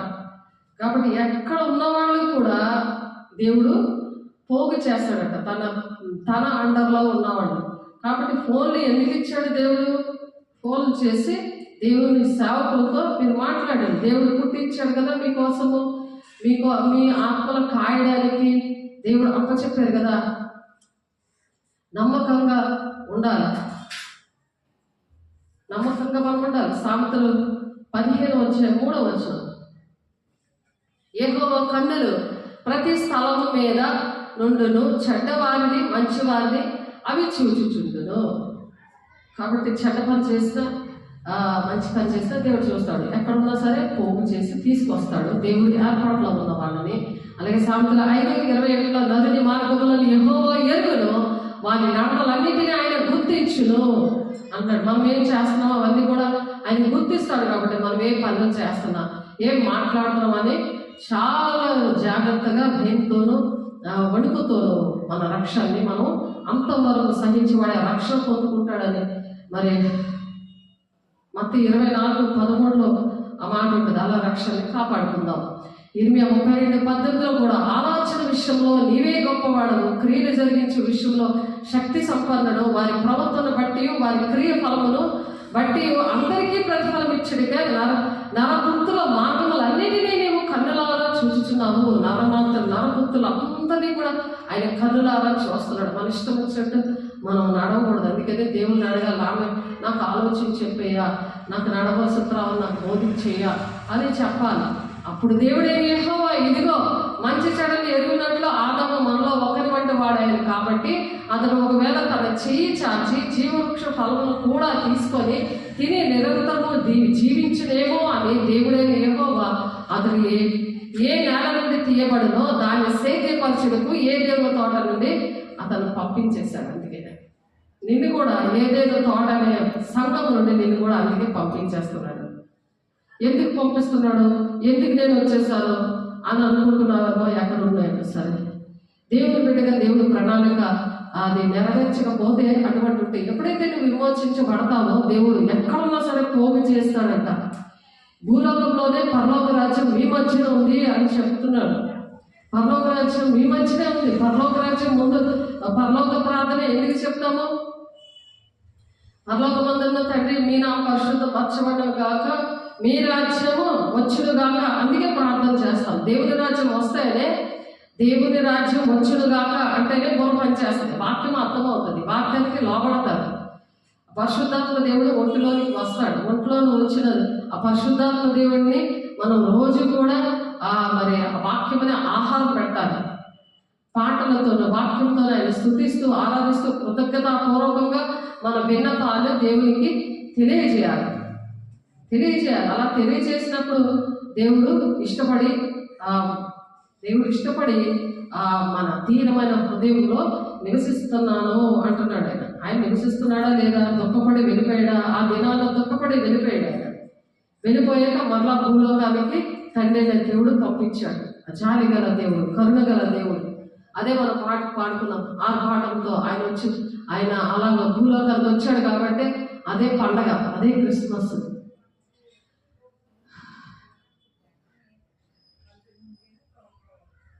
అదే క్రిస్మస్. కాబట్టి పరలోక రాజ్యము మన మధ్యలో ఉందని చెప్పి దేవుడు మాట్లాడుతున్నాడు. అప్పుడు ఆయన ఆదాము వెళ్ళగొట్టి ఏదైతే తోటకు తూర్పు దిక్కున కెరూబులను జీవవృక్షములకు పోవు మార్గమును పాచుటకు ఇటు అటు తిరుగుచున్న ఖడ్గజ్వాలను నిలబెట్టాడు ఆయన. చూసారా, అలాగా కంచె వేశాడు సన్నిధికి. ఇక్కడ కంచె వేశాడు. దేవుడు బిడ్డలు మరి ఆ హెబ్రీ పత్రిక 3:4-5 అధ్యాయంలో కూడా ఆ మాట ఉంటుంది. హెబ్రీలు రాసిన పత్రికలో ఉంటుంది చూడండి. హెబ్రీలు రాసిన పత్రికలోని ఆ ఇశ్రాయేలు ప్రజల విషయంలో దేవుని సన్నిధికి రాకుండా 40 సంవత్సరాలు వారు పరీక్షించి శోధించినందుకు వారు విశ్రాంతి దినాల్లో ప్రవేశించకూడదు అని చెప్పి అక్కడ చెప్తాడు హెబ్రీ పత్రికలో. హెబ్రీలు రాసిన 4వ అధ్యాయంలో 1వ వచనం చదువుతున్నాను చూడండి. ఆయన యొక్క విశ్రాంతిలో ప్రవేశించుదామని వాగ్దానం ఇక నిలిచి ఉండగా మీలో ఎవరైనా ఒకవేళ ఆ వాగ్దానం పొందకుండా తప్పిపోవునేమో అని భయం కలిగి ఉందము. తప్పిపోతామేమో ఆ వాగ్దానం, విశ్రాంతి దినంలో ప్రవేశించడానికి ఆ వాగ్దానం తప్పిపోతామేమో అని చెప్పి భయం కలిగిందమో వారికి ప్రకటింపబడినట్లు మనకును సువార్త ప్రకటింపబడిన కానీ వారు వినిన వారితో విశ్వాసం గలవారే కలిసి ఉండలేదు కనుక విన్న వాక్యము వారికి నిష్ప్రయోజనం అయిపోయింది. వాక్యం అంటే దేవుడు ఉండి కూడా వాళ్ళు నిష్ప్రయోజనంగా తయారైపోయారు. కాబట్టి విశ్రాంతిని గురించి నేను పాపముతో ప్రమాణం చేసినట్టు వారు నా విశ్రాంతిలో ప్రవేశింపరు అని ఆయన చెప్పిన మాట అనుసరించి విశ్వాసమైన మనము ఆ విశ్వాసంలో ప్రవేశించుచున్నాము. విశ్వాసం ఉన్న వాళ్ళు ప్రవేశిస్తారు, అవిశ్వాసులు ప్రవేశించలేరు. ఇక్కడ కోపముతో దేవుడు చెప్తున్నాడు. కాగా జగదుత్పత్తి పునాది వేయబడినప్పుడే ఆయన కార్యములన్నీ సంపూర్తి అయి ఉన్నను. ఈ విశ్రాంతిని గూర్చి నేను కోపముతో ప్రమాణం చేసినట్టు వారు నా విశ్రాంతిలో ప్రవేశింపరు. ఆయన విశ్రాంతిలో ప్రవేశింపరు. కాబట్టి ఇక్కడ పరలోక రాజ్యము మన మధ్యనే ఉంది అని దేవుడు ఇక్కడ ఆ పరలోక రాజ్యము ఇక్కడ దేవుని సన్నిధి ఆ సియోను అనేది ఆ సియోను కుమార్తెగా సియోను కుమారుడిగా మనం ఉండి దేవుడు రాజ్యంలో మనకు వారసులుగా మనం వెళ్ళడానికి పాపంతో విశ్రాంతి దినంలో ప్రవేశింపనివ్వద్దు అని దేవుడు చెప్పిన మాటకి మనం ఏం చేయాలి? తిరుగుబాటు మానేయాలి. తండ్రి చిత్తమేదో నెరవేర్చాలి. అక్రమంగా నడుచుకోకూడదు. దేవుని ఆజ్ఞ పాటించాలి. అక్రమంగా నడుచుకోవాలా కొండి నా ఇష్టం వచ్చి నేను నడుస్తానంటే కాదు. దేవుడు నీ మీద దృష్టి ఉంచాలి. ఆలోచన చెప్పి నడవసత్రాలు నేను బోధించలాగా దేవుడు ప్రతిదీ కూడా దేవుని అడిగి తెలుసుకోవాలి. దేవుని బిడ్డగా ఉన్నామని కాదు, దేవుని బిడ్డగా ఉండి అసలు ఎవరు నన్ను నడిపిస్తున్నారు అని అడగాలి. అలాగ అడగాలి. లూకా 10:20లో అయినను దెయ్యములు మీకు లోబడించున్నవని సంతోషపక మీ పేర్లు పరలోకమందు వ్రాయబడి ఉన్నవని సంతోషించడని వారితో చెప్పాను. మీలో ఉన్న దెయ్యాలన్నీ కూడా దేవుని సన్నిధికి వచ్చినప్పుడు అవన్నీ పోతాయి. అప్పుడు పరలోక రాజ్యంలో మీ పేరు వస్తుంది, పేరు ఉంటుంది. దేవుని సన్నిధికి అవిశ్రాంతి దినానికి ప్రవేశించడానికి దేవుని కోపం తెప్పించే విషయాలన్నీ కూడా ఆయన మీద తిరగబడి చేసేవన్నీ కూడా అవన్నీ కూడా సరి చేసుకోవాలి. అప్పుడు పిల్ల తరాల వరకు కూడా దీవెనని ఇప్పుడు యెషయా గ్రంథంతో మాట్లాడారు. ఆ ఘడియలను యేసు పరిశుద్ధాత్మని బహుగా ఆనందించి తండ్రి ఆకాశములను భూమికి ప్రభువా నీవు జ్ఞానులకు వివేకులకు ఈ సంగతులు మరుగు చేసి పసిబాలులకు బయలుపరిచినావని నిన్ను స్తుతించుచున్నాను. అవును తండ్రి, అలాగ నీ దృష్టికి అనుకూలమైన పసిబాలను 3వ క్లాసు చదివిన ఎస్తేరు అనే పేరు పెట్టడం జరిగింది. ఆమె బాప్తిసం యేసయ్య ఇస్తున్నట్టు దేవుడు కల్లో చూపించారు. వెంటనే బాప్తిసం ఇవ్వడం జరిగింది. అలాగే 12 మందికి దగ్గర బాప్తిసం ఇవ్వడం జరిగింది. ఆమె వాక్యం కూడా చెప్పేసేటట్టుగా దేవుడు పిలుపు, దర్శనం, ప్రవచనం అన్నీ కూడా చెప్పేసేదా. పసిబాలుగా అంటే పసిబాలుగా వాళ్ళు ఏజ్ అనేది ముఖ్యం కాదు, కానీ పసిబాలు అంటే మనసు అంటే పరిశుద్ధాత్మతో నింపబడి మరి కంటోన్మెంట్ చర్చి కంటోన్మెంట్ దగ్గర మరి భాషలతో మాట్లాడడానికి ఒక మీటింగ్ జరిగింది అక్కడ, పాస్టర్స్ మీటింగ్. ఎవరైతే భాషతో మాట్లాడతారో పాస్టర్స్, వారి ఆత్మీయ పిల్లలు అందరూ కూడా రావడానికి దేవుడు అక్కడ సహాయం చేశారు. అక్కడ నా ఆత్మీయ పిల్లలతో వెళ్ళినప్పుడు ఈమె పరిశుద్ధాత్మతో గంతులు గంతులు గంతులు వేసింది. మరి ఇక్కడ జకరియా గారు కూడా మరి ఆ విధంగా జకరియా గారికి ఆ యాజకత్వం, ఆయన తన భార్య గొడ్రాలుగా ఉన్నప్పుడు ఆ ముసలితనంలోనే ఆ జకరియా మరి జకరియా పరిశుద్ధాత్మతో నింపబడి మరి తను యాజకత్వం చేస్తున్నప్పుడు తనకి ఆ వృద్ధాప్యంలో యోహాను మరి పరిశుద్ధాత్మ శక్తితోనే పుట్టాడని మనం ముందు మెసేజ్లో మనం నేర్చుకున్నాం. మరి ఒక శుభవచనం రాగానే అలా పరిశుద్ధాత్మతో పిల్లలను మనం కనాలని నీకు కుమారుడు అనుగ్రహించబడేను అని చెప్తున్నాడు. రాజ్యభారము మన మీద అప్పుడు ఉంటుంది. ఆయన మీద రాజ్యభారం ఉంది, నేనేం చేస్తాను, ఆయన చేస్తాడు అనుకుంటారు. అలాగా ఉన్నప్పుడు యెహోవా ఆత్మ వారి మీద ఉంచును, ప్రవక్తలు ఉన్నట్లు అలా యెహోవా ఆత్మ వారి మీద ఉంటుంది. సంఖ్యాకాండము 11:29 ప్రకారము అలా ఉండి మరి ప్రవచించేవాడు సంఘానికి క్షేమాభివృద్ధి కలగడానికి ప్రవచిస్తాడు అనమాట. ఆ ప్రవక్తలు ఎలాగ సంఘానికి క్షేమాభివృద్ధి జరగాలంటే, క్రీస్తు శరీరం క్షేమాభివృద్ధి జరగాలంటే పరిశుద్ధులు సంపూర్ణులు అవుతారు అన్నమాట. ఆ పనులు చేసినప్పుడు పరిశుద్ధులు ఏమవుతారు, వాళ్ళు సంపూర్ణులు అయిపోతారు. రోజు దేవుడు ఆత్మను కుమ్మరించి వాళ్ళు ప్రవచిస్తూ ఉంటే, భాషలతో మాట్లాడుతూ ఉంటే ఆ సంఘానికి క్షేమాభివృద్ధి. సంఘం అంటే ఏంటి? యేసయ్య రక్తం ఇచ్చి కొనుక్కున్న ఆ సంఘం అది. ఆయన ప్రియురాలు, ఆయన శరీరము, సంఘం అంటే ఆయన శరీరము, దానికి శిరస్సుగా దేవుడే ఉంటాడు. దేవుడే వాళ్ళ ఆత్మతో కుమ్మరించి మరి వేసే శరీరంలో అవయవాలుగా ఒక్కొక్కరిని తయారు చేస్తూ ఉంటాడు. తయారు చేస్తుంటే ఆ క్షేమాభివృద్ధి సంఘము జరుగుతూ ఉంటుంది అన్నమాట. అలాగా ప్రవచించేవాడు సంపూర్ణుడిగా తయారవుతాడు. అలాగా దేవుడు దీవిస్తాడు అనమాట. మరి అది 1 కొరింథీ 14:16 ఉంటుంది. మనం ప్రవచనాలు చెప్పాలి. ఈ అంచె దినాలు మన పిల్లలు యవ్వనులు దర్శనాలు చూడాలి, వృద్ధులు కలగనాలి. ఈ అంచె దినాల్లో జరగబోయే విషయాలన్నీ కూడా దేవుడు బయలుపరచడానికి దేవుడు ఇష్టపడుతున్నాడు. అటువంటి బిడ్డలు ప్రసవ వేదనతో దేవుడు గర్భిణీతో ఉన్నారు, దేవుని ఆత్మీయ పిల్లలు వాళ్ళందరూ కూడా మరి ప్రసవ వేదనతో మరి దేవుని దగ్గర బ్రతులాడినప్పుడు అన్న ఎలా ప్రార్థన చేసిందో, మరి ఎలిజబెత్ అమ్మ ఎలా ప్రార్థన చేసిందో, మరియమ్మ ఎలా ప్రార్థన చేసిందో, పరిశుద్ధాత్మతో వాళ్ళ బిడ్డలకు అన్నారు భౌతికంగా. వాళ్ళు అలాగా అప్పుడు ఆత్మీయంగా రక్షించబడిన వాళ్ళు ప్రవచనాలు చెప్తున్న బిడ్డలు మరి ప్రసవేదంతో ప్రార్థన చేసి ఆ విలాప వాక్యంలో ఉంటుంది కదా, రోదన చేసే స్త్రీలని పిలవనవ్వండి అని చెప్పి అలాగా పిల్లల్ని కనాలి. అలాగా దేవుడి బిడ్డల్ని దేవుని రాజ్యం నడిపించడానికి అటువంటి ప్రసవ వేదన ఉండాలని, అటువంటి క్రిస్మస్ జరగాలని, నిజమైన క్రిస్మస్గా ఉండాలని దేవుడు మనతో హెచ్చరిక చేస్తున్నారు. అపోస్తలుల కార్యాలు 19:6 కూడా ఒక మాట ఉంటుంది. వారి మీద చేతులు ఉంచగా వారు భాషలతో మాట్లాడటంలో ప్రవచించడంలో మొదలుపెట్టారు. ఎప్పుడైతే ఇలాగా దేవుడి మీద తిరుగుబాటు మానేసి అలా దేవుడు విమోచించినప్పుడు ఆ బిడ్డల మీద చేతులు ఉంచినప్పుడు భాషలతో మాట్లాడతారు. నేను బాప్తిస్మము ఆత్మీయ బిడ్డలకు ఇచ్చి మరి చేతులేసి ప్రార్థన చేసినప్పుడు అలాగే భాషలతో మాట్లాడడం స్టార్ట్ చేశాను. ఇంగ్లాపల్లో మరి జమ్మగుట్లో ఆరాధన చర్చిలో, అరకు వ్యాలీలో, మరి అలాగే దేవుడు ధర్మపూర్లో అలాగే చేతులేసి ప్రార్థన చేస్తున్నప్పుడు వాళ్ళలో మరి దేవుడి శక్తి నింపబడింది. చీకట్లు వెళ్ళిపోయాయి. బాప్తిస్మం తీసుకున్న కొంతమంది చీకట్లు వెళ్ళిపోయాయి, వెళ్ళగొట్టడం అయింది. కాబట్టి భాషతో మాట్లాడేవాడు అర్థం చెప్పి శక్తితో ప్రవచించాలి. 14:13 ఉంటుంది అన్నమాట. అపోస్తలుగా 1 కొరింథీ 14:13 1 కొరింథీ 14:2 దేవునితో డైరెక్ట్గా మాట్లాడడం, భాషలతో మాట్లాడడం అంటే అలాగే ఈ అంచెదినాల్లో మనం దేవునితో డైరెక్ట్గా మాట్లాడుకోవాలి. దేవునితో అలా తండ్రి చిత్తం ఏంటో అలా నెరవేర్చాలి. మన భూలోకానికి దేవుడు అందుకని పంపించాడు.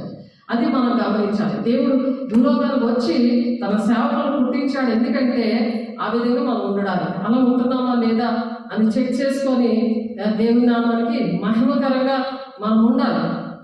అలా మహిమకరంగా ఉంటేనే మనం తండ్రి చిత్తాన్ని నెరవేర్చినట్టు లెక్క వస్తుంది.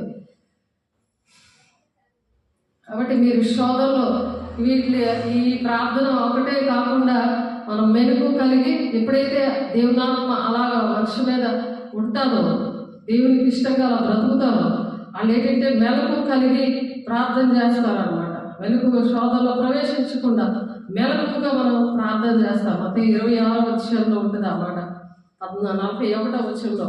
కాబట్టి మనం దేవుడు ఎందుకు భూలోకానికి వచ్చారు, ఎందుకు మనం క్రిస్మస్ చేసుకుంటున్నాము అనే విషయాలు మరి మనం ఆ విధంగా జ్ఞాపకం చేసుకోవాలి. మన పిల్లలకు కూడా ఆ దీవెనలు వెళతాయి. అది యెషయా గారు ప్రవచిస్తున్నారు. యెషయా గ్రంథంలో ఇందాక యెషయా 59వ అధ్యాయం మనం చూసాం.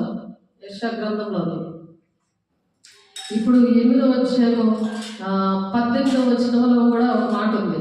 పిల్లలు ఏ విధంగా ఉంటారు? ఇదిగో నేను యెహోవా నాకు ఇచ్చిన పిల్లలను సియోను కొండ మీద నివసించి సైన్యములకు అధిపతి యెహోవా వలనే సూచనగాను మహత్కార్యములుగాను ఇశ్రాయేలు మధ్య ఉన్నాము అంటున్నారు. ఇశ్రాయేలు మధ్య మేము ఉన్నాము, ఇలా సూచనగా మేము ఉన్నాము, సూచనగా మహత్కార్యములుగాను మేము ఉన్నాము. పిలుపుమంత సంఘము మరి సియోను కొండ మీదకి దేవుడు పాదం పెట్టినప్పుడు,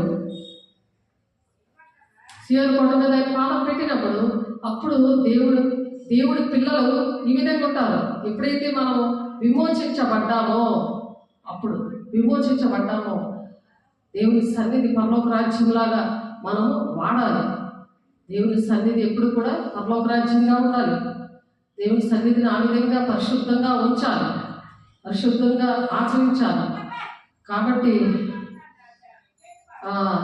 అక్కడ చీకట్లన్నీ కూడా పోతాయి అన్నమాట. అక్కడ సేవకులు చీకట్లు వెళ్ళగొడతారు. వాళ్ళకి తెలిస్తే వాక్యమైన ఉదక స్నానం చేస్తున్నప్పుడు కూడా పోతాయి. నా అనుభవం అది 25 సంవత్సరాల సేవ అనుభవంలో దేవుడు నాకు ఇచ్చిన అనుభవం అది. అయితే నేను దేవుని వేలుతో దెయ్యములను వెళ్ళగొట్టుచున్నాడలా నిశ్చయంగా దేవుని రాజ్యం మీ వద్దకు వచ్చి ఉన్నది. మన మధ్య ఉంది దేవుని రాజ్యం, మీ వద్దకు వచ్చి ఉన్నది. చేతితో వేడితో దెయ్యాలు వెళ్ళగొట్టాలి. ఈ చెయ్య అక్రమంగా నడవకూడదు, అక్రమంగా డబ్బులు దొంగిలించకూడదు, అక్రమాలు అంటే దేవుని డబ్బులు దొంగిలించకూడదు. దేవుని డబ్బులు దొంగిలిస్తే శాపగ్రస్తులను ఉంది. మలాకి 3:9 దేవుని డబ్బులు దొంగిలిస్తున్నావేమో నువ్వు శాపగ్రస్తులు కూడా. దేవుని మీద కాకుండా దెయ్యం మీద అయిపోతుంది అనేది. పరలోక రాజ్యం మన మధ్య ఉందంటే పరలోక రాజ్యం మన మధ్య ఉందని చెప్తున్నాడు. అయితే నేను లూకా 11:20 నోట్ చేసుకోండి, ప్రార్థన చేసుకోండి. అయితే నేను దేవుని వేలుతో దెయ్యములను వెళ్ళగొట్టుచున్నాడలా నిశ్చయంగా దేవుని రాజ్యము మీ వద్దకు వచ్చినది. మీ వద్దకు ఎక్కడుంటే అక్కడ దేవుని రాజ్యం మీ వద్దకు రావాలి అంటే ఎలా ఉండాలి? దేవుని వేలుతో దెయ్యాలు అలగొట్టాలి. అంతేకాని దెయ్యం ఏం చెప్తుందో అలాగ వెళ్ళిపోకూడదు. మనం పోరాడేది శరీరంతో కాదు, దురాత్మల సమూహంతో మనం పోరాడుతున్నామని సర్వాల కవచం వేసుకోమన్నాడు దేవుడు. ఎఫెసీ 6:12 మీకు తెలిసిన విషయాలే. నీతి అనే మైమర్పు, నీతి ఎక్కడ తప్పిపోయావు, సత్యం అనే దట్టి ఎక్కడ నువ్వు అబద్ధాలు ఆడుతున్నావు, ఇవన్నీ కూడా సరి చేసుకోవాలి. రక్షణ అనే శిరస్త్రాణం, రక్షణ కాపాడుకోకుండా లోకం వైపు చూస్తున్నావేమో, లోకాసారంగా బ్రతుకుతున్నావేమో, ధనాపేక్షతో ఉంటున్నావేమో. పేదలు గొప్పలుగా చేసే దేవుడు పేదలకు సువర్తమానం ప్రకటించడానికి నేను అభిషేకిస్తానంటే నువ్వు ఎక్కడ పరిచయం చేస్తున్నావు? డబ్బులు ఎవరు ఇస్తారో అక్కడికి వెళ్ళిపోతున్నావా? ఎక్కడ దర్శనం పిలుపుందో అక్కడే సేవ చేయాలి. సేవకులందరికీ పుట్టించాడు. ఇదిగో నేను యెహోవా నీకు ఇచ్చిన పిల్లలను సీయోను కొండ మీద నివసించే సైన్యములకు అధిపతి యెహోవా వలన సూచనలుగాను, యెహోవాకి సూచనలుగా ఉంటారట. వాళ్ళు సూచన ఏంటి? దేవుని దెయ్యములు వెళ్ళగొట్టడం. పరలోక రాజ్యం ఎక్కడ ఉంటే అక్కడికి వస్తుంది అనమాట. పరలోకమందరూ మా తండ్రిని చెప్పేసుకోవడం కాదు. పరలోకపు రాజ్యం వచ్చును గాక అని ప్రార్థన చేస్తాం. మనం వచ్చిందా? నువ్వు దెయ్యం వెళ్ళగొట్టుతున్నావా? నీలో ఉన్న దెయ్యం ఏముంటే మరి దెయ్యం నువ్వేం వెళ్ళగొడతావు? ఆ దెయ్యం లేకుండా ఉండాలంటే ఆయన ప్రేమించేవారు ఆయన ఆజ్ఞలు గైకుంటారని ఉంది వాక్యం. నువ్వు దేవుని ప్రేమిస్తున్నావు పేరుగే కానీ, నువ్వు జీవిస్తున్నావు అన్న పేరుగా కానీ నువ్వు మృతుడివే అంటున్నాడు. ప్రకటన గ్రంథంలో యోహాను గారు చెప్తున్నారు. సంఘములతో ఆత్మ చెప్పుచున్న మాట చెవిగలవాడు వినుగాక అంటున్నాడు. 7 సంఘములు, 7 దూతలు, 7 దీపస్తంభములు, 7 దూతలు అని చెప్తున్నారు అక్కడ. ప్రకటన 2వ అధ్యాయం 3వ వచనంలోని 3వ అధ్యాయం 2 అధ్యాయంలో కూడా సంఘంలో సేవకుల కోసం సేవకులు పుట్టించాడు కదా, వాళ్ళ కోసం మాట్లాడుతున్నాడు ఆయన. 7 సంఘములు, 7 దూతలు, 7 దీపస్తంభములు, 7 దూతలు అని చెప్తున్నారట. కాబట్టి మనం ఎలాగున్నామో దేవుడు ఇక్కడ మనల్ని అడుగుతున్నారు. కాబట్టి సైన్యముల కర్తని యెహోవా సూచనగా మనం ఉండాలి. మహత్కార్యాలు మనం చేసేవారిగా ఉండాలి. దేవుడు ఆ విధంగా ఉండాలని ఆశపడుతూ దేవుని బిడ్డ ఆ విధంగా మనకు చెప్తున్నారు. ప్రతి విషయాలు కూడా మనకి ఎందుకు చెప్తున్నారంటే దేవుడు అట్టి విధంగా సిద్ధపడి ఉండాలని. ఆయన బోర ఊదినప్పుడు ఆ జ్ఞానేంద్రియాలు మనం ఉంటేనే ఆ బోరలో ఎత్తపడే గుంపులో ఉంటాము. లేకపోతే ఈ పండుగలోనే మునిగిపోతాము, తండ్రి చిత్తపేయటం మర్చిపోతాము. అప్పుడు దేవుని రాజ్యం అనేది ఎలాగా? కాబట్టి మూడవదిగా దేవునికి పోలి నడవడానికి మాదిరి ఉంచిపోయాడు ఆయన. దేవుని పోలికగా ఎవరైతే దేవుడిలా బతికేస్తారు, ఇప్పుడు ఈ లోకంలో ఎవరైతే ఉన్నారో అని సాతానుడు నీతో మాట్లాడుతుంటాడు. ఎవరు ఉంటున్నారు అలాగా? ఎవరో లేకపోతే నీకెందుకు? నువ్వు స్పెషల్, నువ్వు రారాజ బిడ్డవి, రారాజ కుమారుడివి, కుమార్తెగా ఉండాలని మనకి కుమారుడు అనుగ్రహించబడేను అని చెప్తున్నారు. కాబట్టి మొదటి పేతురు 2వ అధ్యాయం 21వ వచనం, 2వ అధ్యాయము 21వ వచనం, మొదటి పేతురు 2వ అధ్యాయం 21వ వచనంలో ఏమంటే, ఇందుకు మీరు పిలువబడితే క్రీస్తు కూడా మీ కొరకు బాధపడి మీరు తన అడుగు జాడలందు నడుచుకున్నట్లు మీకు మాదిరి ఉంచిపోయాను. ఆయన నడిచాడు, మనం నడవమంటున్నాడు. పౌలు గారు నడిచారు, నేను క్రీస్తు పోలు నడుస్తున్నాను, మీరు నన్ను పోలి నడవండి అని. అందుకు దేవుడు భూలోకానికి ఆయన వచ్చాడు. ఎందుకు మీరు పిలువబడితే అంటున్నాడు ఆయన. నీతి ఆయనకు ముందు నడుచును, ఆయన అడుగు జాడలు అది నడుచును. నీతిగా ఉన్నప్పుడు ఆయన మనకు ముందు నడుస్తాడట. దావీదు భక్తుడు అనుభవంతో రాశాడు. ఆయన ప్రవచిస్తున్నాడు. ఆ ప్రవచనం మన పట్ల నెరవేర్చబడాలి. ఆయన ఎలాగ అభిషేకం పొందుకొని కూడా పాపం చేసి పరుపు తేలిపోయేలాగా ఏడ్చాడు, ఒక మాదిరి. అలాగా ఉన్నప్పుడు మళ్ళా ఆయన దేవుడు దావీదు సింహాసనం మీద వేసి, దావీదు వంశంలో పుట్టాడు కదా, అది యూదా గోత్ర సింహంలా ఉన్నాడు కదా. అలా నీతి ఆయనకు ముందు నడుచును, ఆయన అడుగు జాడల్లో అది నడుస్తుందట. కాబట్టి అలాగే మత్తయి 10వ అధ్యాయం 38వ వచనంలో కూడా తన సిలువని ఎత్తుకొని నన్ను వెంబడించేవాడు నాకు పాత్రుడు అంటున్నాడు. సిలువ అంటే శ్రమలు వచ్చేస్తే సిలువ వేసుకోరు, సిలువ అంటే భయపడిపోతారు. సిలువను గురించిన వార్త నశించే వారికి అది వెరితనంగా ఉంటుందని సువార్త మానేస్తున్నారు. తన సిలువను ఎత్తుకొని వెంబడించాలంటే ఆ శ్రమలను ఎత్తుకొని, అంటే ఆ శ్రమలను పక్కన పెట్టి ఆ శ్రమలనే భారం మోస్తూనే నువ్వు దేవుడు ప్రణాళిక తండ్రి చిత్తాన్ని భూలోకంలో నిన్ను పంపించాడు కాబట్టి, భూలోకంలో నన్ను పిలిచాడు కాబట్టి నీతిగా న్యాయంగా నడిచినప్పుడు అంటే ఆ నీతి ఆయనకు ముందు నడుచున ఆయన అడుగుజాడల్లో అది నడుస్తుంది. ఆయన అడుగుజాడల్లో మనం నడవగలం. అలా నడవాలని దేవుడు మాదిరి ఉంచిపోయాడు అనమాట. అంతటా ఆయన శిష్యులను జనసమూహమును తన యొద్దకు పిలిచి, నన్ను వెంబడింపగోరేవాడు తను తాను ఉపేక్షించుకొని తన సిలువ ఎత్తుకొని నన్ను వెంబడింపవలను, తన ప్రాణమును రక్షించుకున్నవాడు దాన్ని పోగొట్టుకును, నా నిమిత్తమును స్వార్థ నిమిత్తమును తన ప్రాణమును పోగొట్టుకున్నవాడు దాన్ని రక్షించుకుంటాడు. ఈ రక్షణ కోసమే దేవుడు ఇవన్నీ నేర్పించడానికి కోసమే ఆయన సిలువ భారాన్ని మోసాడు. అందుకని భూలోకానికి వచ్చాడు. మొదటిగా సాతాను జయించి మనల్ని విడిపించడానికి, ఆ పాపం నుండి శాపం నుండి విడిపించడానికి. రెండవదిగా మానవ జాతిని రక్షించడానికి, నిత్య జీవానికి నడిపించడానికి. మూడవదిగా దేవుని పోలి నడవడానికి మాదిరిగా ఉంచి ఆయన వెళ్ళిపోయాడు. ఆయన పరలోకం నుండి భూలోకానికి అందుకనే వచ్చాడు. మనము ఆయన మహిమ ఆయన తీసుకొచ్చాడు. ఆ మహిమను కలిగి మనం జీవించాలి. మహిమ నుండి వచ్చాడు మట్టి మీదకి, భూలోకానికి. అలాగే మనలో కూడా పరలోకం నుండి దేవుని ఆత్మ, దేవుని దగ్గర నుండి వచ్చింది. మన ఆత్మ అది దేవుని దగ్గరికే చేరాలి, కానీ నరకాలకి చేరకూడదు. దేవుని బిడ్డ ఆలోచించి దేవుని చేత అభిషేకించి పంపబడినవాడు దేవుని దగ్గర అభిషేకించి పంపబడినవాడు అనమాట ఆయన.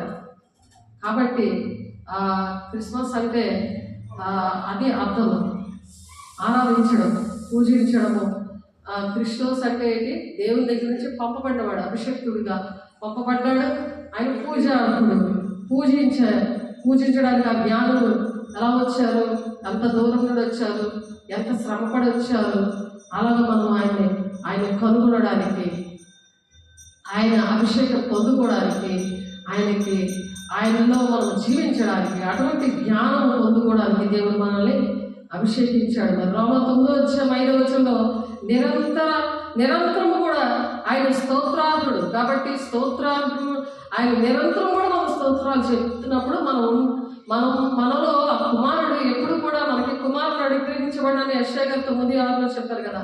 ఆశ్చర్యకారులు, అద్భుత కార్యాలు మన ద్వారా జరగాలంటే ఆ బలవంతుడైన దేవుడు, నిత్యుడగు తండ్రి, సమాధానకర్తనే దేవుడు మనలో ఉండాలంటే అటువంటి పేరుని కలిగిన దేవుడు మనం కలిగి ఉన్నాం. కాబట్టి మనం ఎప్పుడు కూడా దేవుని నిత్యము స్తోత్రించాలి. ఆయన దేవుని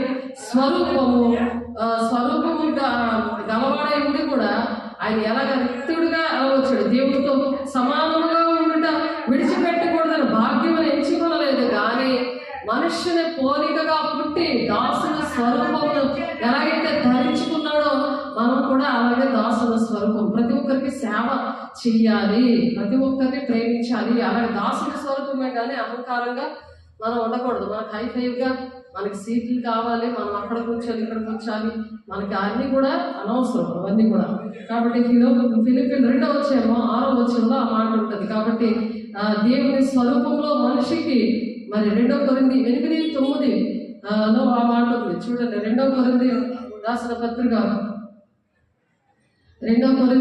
పత్రిక చూడండి, మీకోసం చదువుతున్నాను, చక్కగా రాసుకోండి. దేవుని దగ్గర అడిగినప్పుడు నిత్య రాజ్యానికి మనం వారసులుగా ఉండడానికి దేవుడు మనకి మరొక అవకాశం అనేది ఇచ్చాడు. గొప్ప అవకాశము. ఈ క్రిస్మస్ దినాల తర్వాత మళ్ళీ చెప్పుకోలేము కొన్ని విషయాలు, అన్నీ చెప్తాం కానీ అన్ని విషయాలు ఎందుకు వచ్చాడు ఏంటి అనేది మనం దేవుడు ప్రతి ఒక్కరికి చెప్పగలిగి ఉండాలి. ఆ వెలుగుని, ఆ ప్రకాశవంతమైన తేజస్సు మనకు వచ్చే దినాలు ఇవే. కాబట్టి 2 కొరింథీ 8:9 మీరు మన ప్రభువైన యేసుక్రీస్తు కృపను ఎరుగుదురు కదా. ఆయన ధనవంతుడే ఉండి మీరు తన దారిద్ర్యము వల్ల ధనవంతులు కావాలని మీ నిమిత్తము దరిద్రుడైన. భూలోకానికి వచ్చి ఎవరైనా ఎక్కడైనా బాగా వెళ్తారంటారు, ఇక్కడ భూలోకంలోనే, ఇక్కడ ఇండియాలో మాకు సరిగ్గా భాషణ అవ్వట్లేదు అని పాటలు వెళ్ళిపోతారు. కానీ దేవుడు ఆ పరలోక రాజ్యం అనే ఆ ధనమైన స్థలముని విడిచిపెట్టి ఆయన ధనవంతుడే ఉండి మన కోసము మనల్ని ధనవంతులు కావాలని మన నిమిత్తమైన దరిద్రుడయ్యాడు. ఆయనకి సమాధి లేదు, ఆయనకి ఇల్లు తలవాల్చడానికి చోటు లేదు, మరి ఆయన జన్మించినప్పుడు సత్రంలో స్థలం లేదు. ఆలోచించారా ఎంతగా ప్రేమించి ఆయన వచ్చాడు? ఎందుకో ఆ ప్రేమది అనేసి మనం పాట పాడుకుంటున్నాం. ఎందుకు ప్రేమది అంతగా తగ్గేను, నేనున్న స్థితిని తను వెదకి తానే వచ్చేను, తానున్న స్థితిని తను విడిచి భూమికే తెంచేను అని వచ్చాడు భూలోకానికి. ఎందుకు వచ్చాడు ఆయన? ధనముతో నిండిన పరలోక రాజ్యం, ఆ బంగారు పట్టణం అది. ఆయన వజ్రాలతో కూడిన సింహాసనం, ఆ రాజ సింహాసనం, తండ్రి కుడిపార్శ్వన కూర్చుని తండ్రి రొమ్మున ఆది నుంచి కూడా ఆనుకున్న దేవుడు, వాక్యమైన దేవుడు ఈనాడు శరీరధారే మన మధ్య నివసిస్తున్నాడు. అది ఎవరు జ్ఞానేంద్రియం లేక అర్థం చేసుకోలేకపోతున్నారు. మనుషులు కల్పించిన పద్ధతులు అవే దైవోపదేశాలని వ్యర్థంగా ఆరాధించేస్తున్నారు. వారి పెదవులతో గమనిస్తున్నారు కానీ వారి హృదయము నాకు దూరంగా ఉంది అని దేవుడు బాధపడి దుఃఖపడి దేవుడు మనతో మాట్లాడుతున్నాడు. దేవుడు బిడ్డ, ఇందుని గురించి నా తాత్పర్యం చెప్పుచున్నాను. సంవత్సరము కిందటనే ఈ కార్యం చేయటి అనే గాక చేయి తలపెట్టుడి అందు కూడా మొదటి వారై ఉండిన మీకు మేలు అంటున్నాడు. మీరు ఈ కార్యాలన్నీ తలపెడితే దేవుని తండ్రి చిత్తం విషయంలో మీరు పండగలు ఎందుకు చేసుకుంటున్నారో, ఎందుకు క్రిస్మస్ చేసుకుంటున్నామో అవన్నీ కూడా గ్రహించి దేవుడు నాలో ఉంటాడా లేదా, దేవుని మీద తిరుగుబడి చేసే స్వభావంతో ఉన్నామా, లేకపోతే దేవుని ప్రేమించే బిడ్డలుగా ఉంటున్నామా అని అర్థం చేసుకోవాలి. ప్రతి ఒక్క బిడ్డ కూడా ఆ విధంగా అర్థం చేసుకోవాలి. దేవునికి ఇష్టంగా ఆ విధంగా బ్రతకాలని దేవుడు సహాయం చేయాలని దేవుడు కోరుకుంటున్నాడు మన పట్ల. మరి ఆనాడు దేవాలయంగా ఆయన వచ్చాడు. దేవాలయంగా రాతి మీద రాతి అది నిలవదు అని ప్రవచించాడు.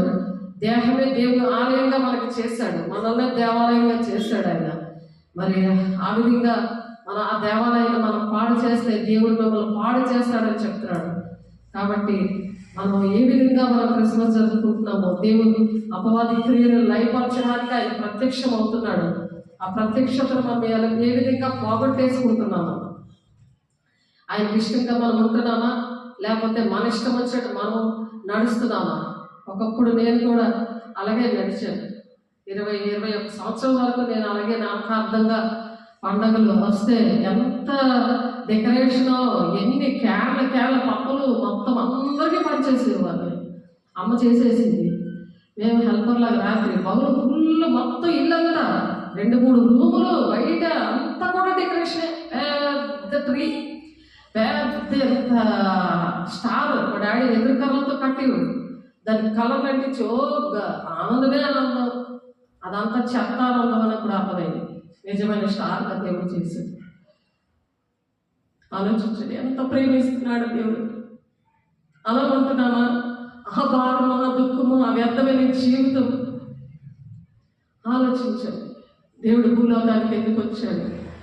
వ్యర్థమైన ఆరాధన నుండి దేవుడు విడిపించాడు. నా జీవితాన్ని అంకితం ఇచ్చి, దేవా నా భక్తి నేర్పించు అని అడిగినప్పుడు దేవుడు నేర్పించాడు, నిలబెట్టుకున్నాడు. దేవుడు అందరికీ కూడా అటువంటి కృపదేవాలని, ఆ వెలుగు మీ మీద ప్రకాశింపచేస్తున్న దేవుడిని గ్రహింపగలిగే ఆ జ్ఞానేంద్రాలు మీకు కలగాలని దేవుడు ఆశపడి ఈ మాటలు దేవుడు ముగిస్తున్నాడు.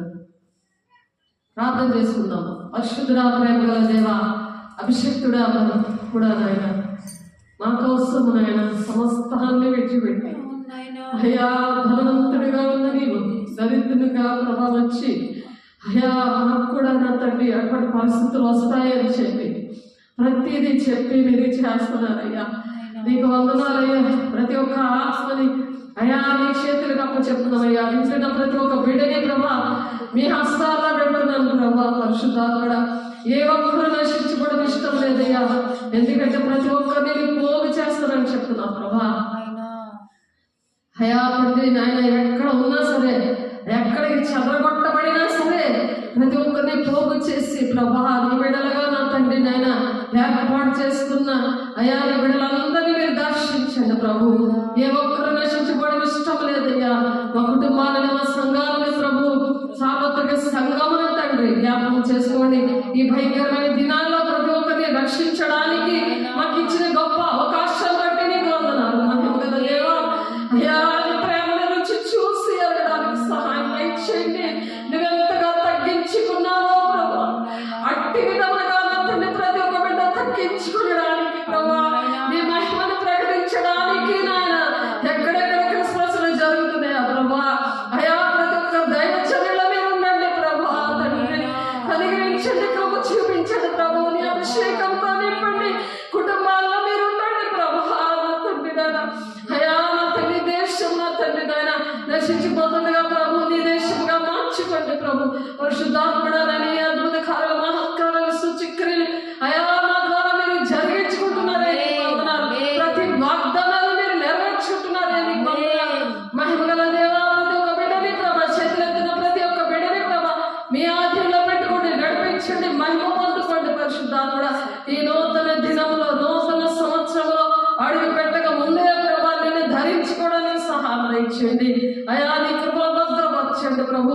నూరంతులుగా బలవంతంగా వాక్యం ఫలింపు దయచేసి సమస్త మహిమ ఘనత ప్రభావం మీరే పొందుకుంటున్నారు. మీ సాక్షిగా అయా మీరు నిలబెట్టుకుంటున్నారు. మీకే కోట్లాది వందనాలు స్తోత్రాలు చెల్లిస్తూ యేసే పరిశుద్ధ నామంలో బ్రతిమలాడి వేడుకుంటున్నారు తండ్రి.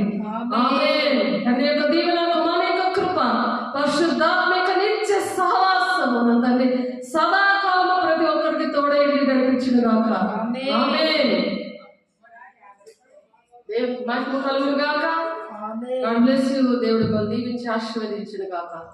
ఆమేన్.